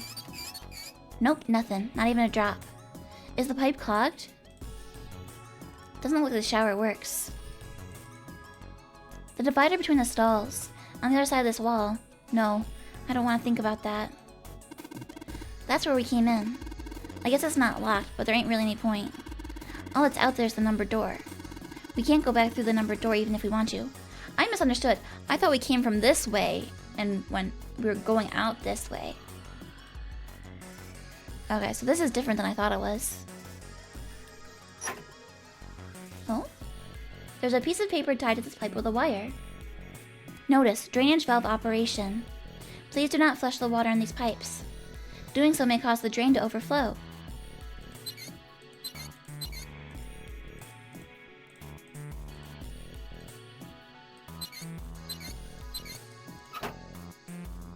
Did it do anything?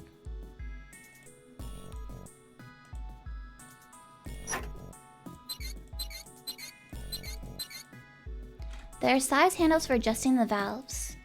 It looks like each handle has 3 positions. Left, center, and right. Alright, I've got 6 handles here. Each one's got 3 positions. Left, center, and right. What am I supposed to be doing, though?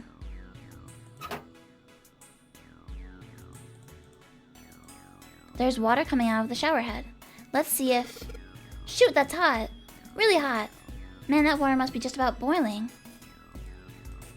Well, now I know that really, really hot water comes out of that shower. Maybe I should just leave it alone for now, though. Okay, so one of the showers is working now. It's got writing on it or something. It's toilet paper with some kind of red symbols on it. You think maybe it's some kind of side-tail cipher? Side-tail cipher? What the heck is that? You wrap a piece of paper around a stick and then write several sentences on it, so the whole paper is filled up.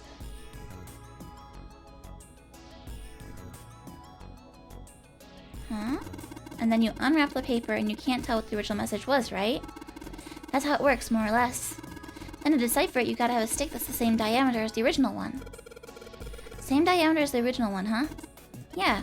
Then you just wrap the paper around that stick and you can read the code. 7 has lots of like really random knowledge. A wooden box. There's something in here. Luminol. What the hell is this thing? Some kind of spray bottle? There's something written on it. Lumen... No, I can't read anything else. The label's all faded. Let me see that. Is this the thing that like shows blood? This is luminol. You know, forensics guys use that at crime scenes. Oh yeah, that stuff that glows blue when you spray it on blood? Even if the blood's been wiped off, it'll still glow. Cool. A thick pipe that stretches down from the ceiling.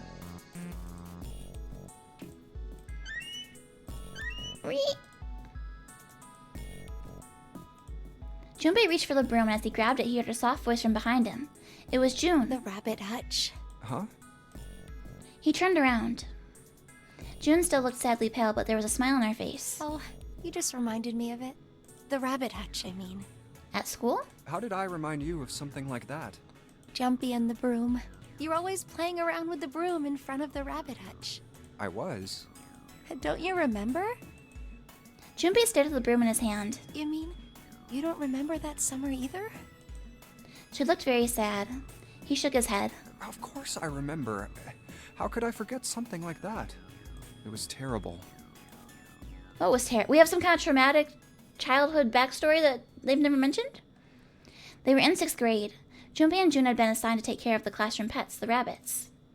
Their chief duty was to clean the hutches every morning. On the final day of school before summer vacation began, Junpei overslept. He rushed to school and found June standing in front of the rabbit hutches. No sooner had Junpei arrived than June began to cry. He had no idea why until he looked behind her into the rabbit hutch.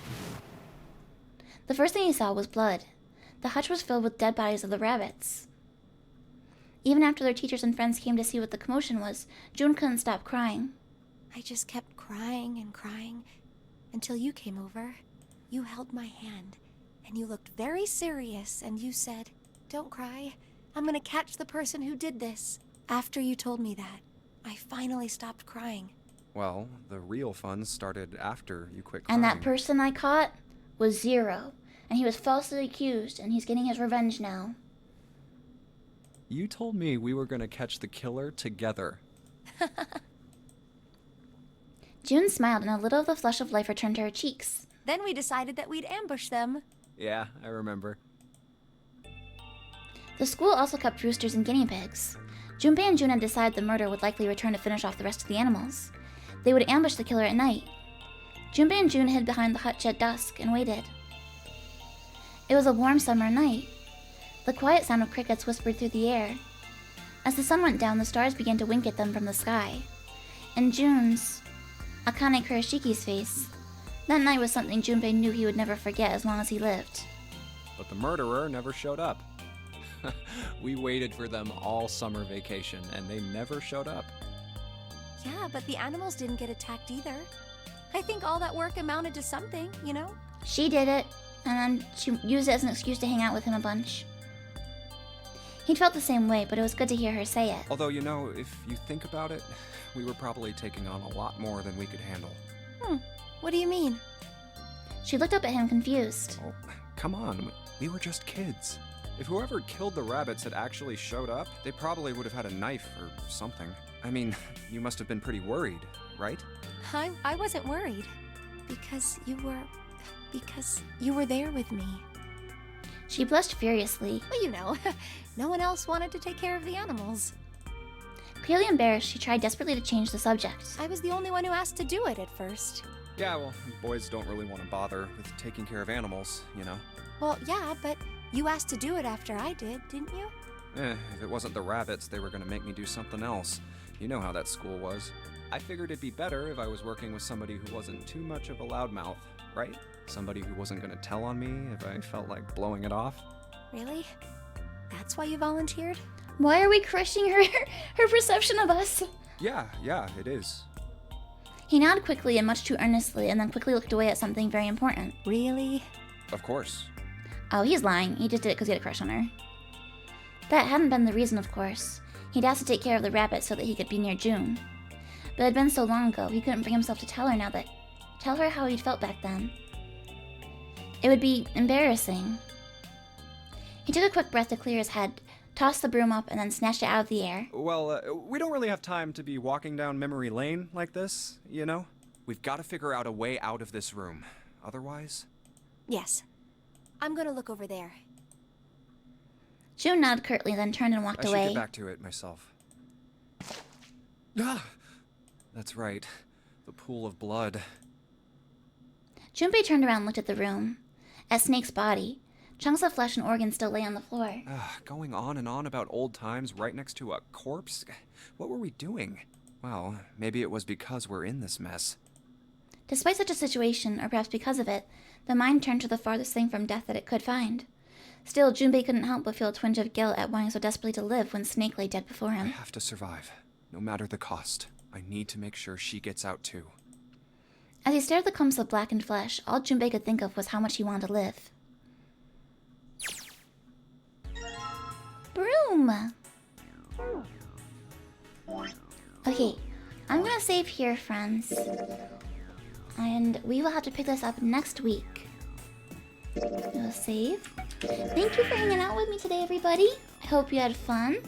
We got our first ending, even if it was not ideal. We're learning more of the story. Someday we'll hopefully understand what's going on. Let's see who's streaming right now. It looks like Tori's streaming her 23andMe results. I have never seen a stream about that before, so we will go learn about Tori's DNA. Alright everyone, and we will say Curry Day Raid! Alright everyone, have a good time hanging out with Tori, and tomorrow I'll be back on my channel, and I won't be on my channel. Tomorrow will be the Moe SMP. So make sure you head over to the Moe YouTube channel and follow, and then tomorrow at 2 p.m. Eastern, 7 p.m. GMT, we'll be doing our next big Moe Minecraft collab. Alright everybody, have a good rest of your day, go say hi to Tori, and bye bye!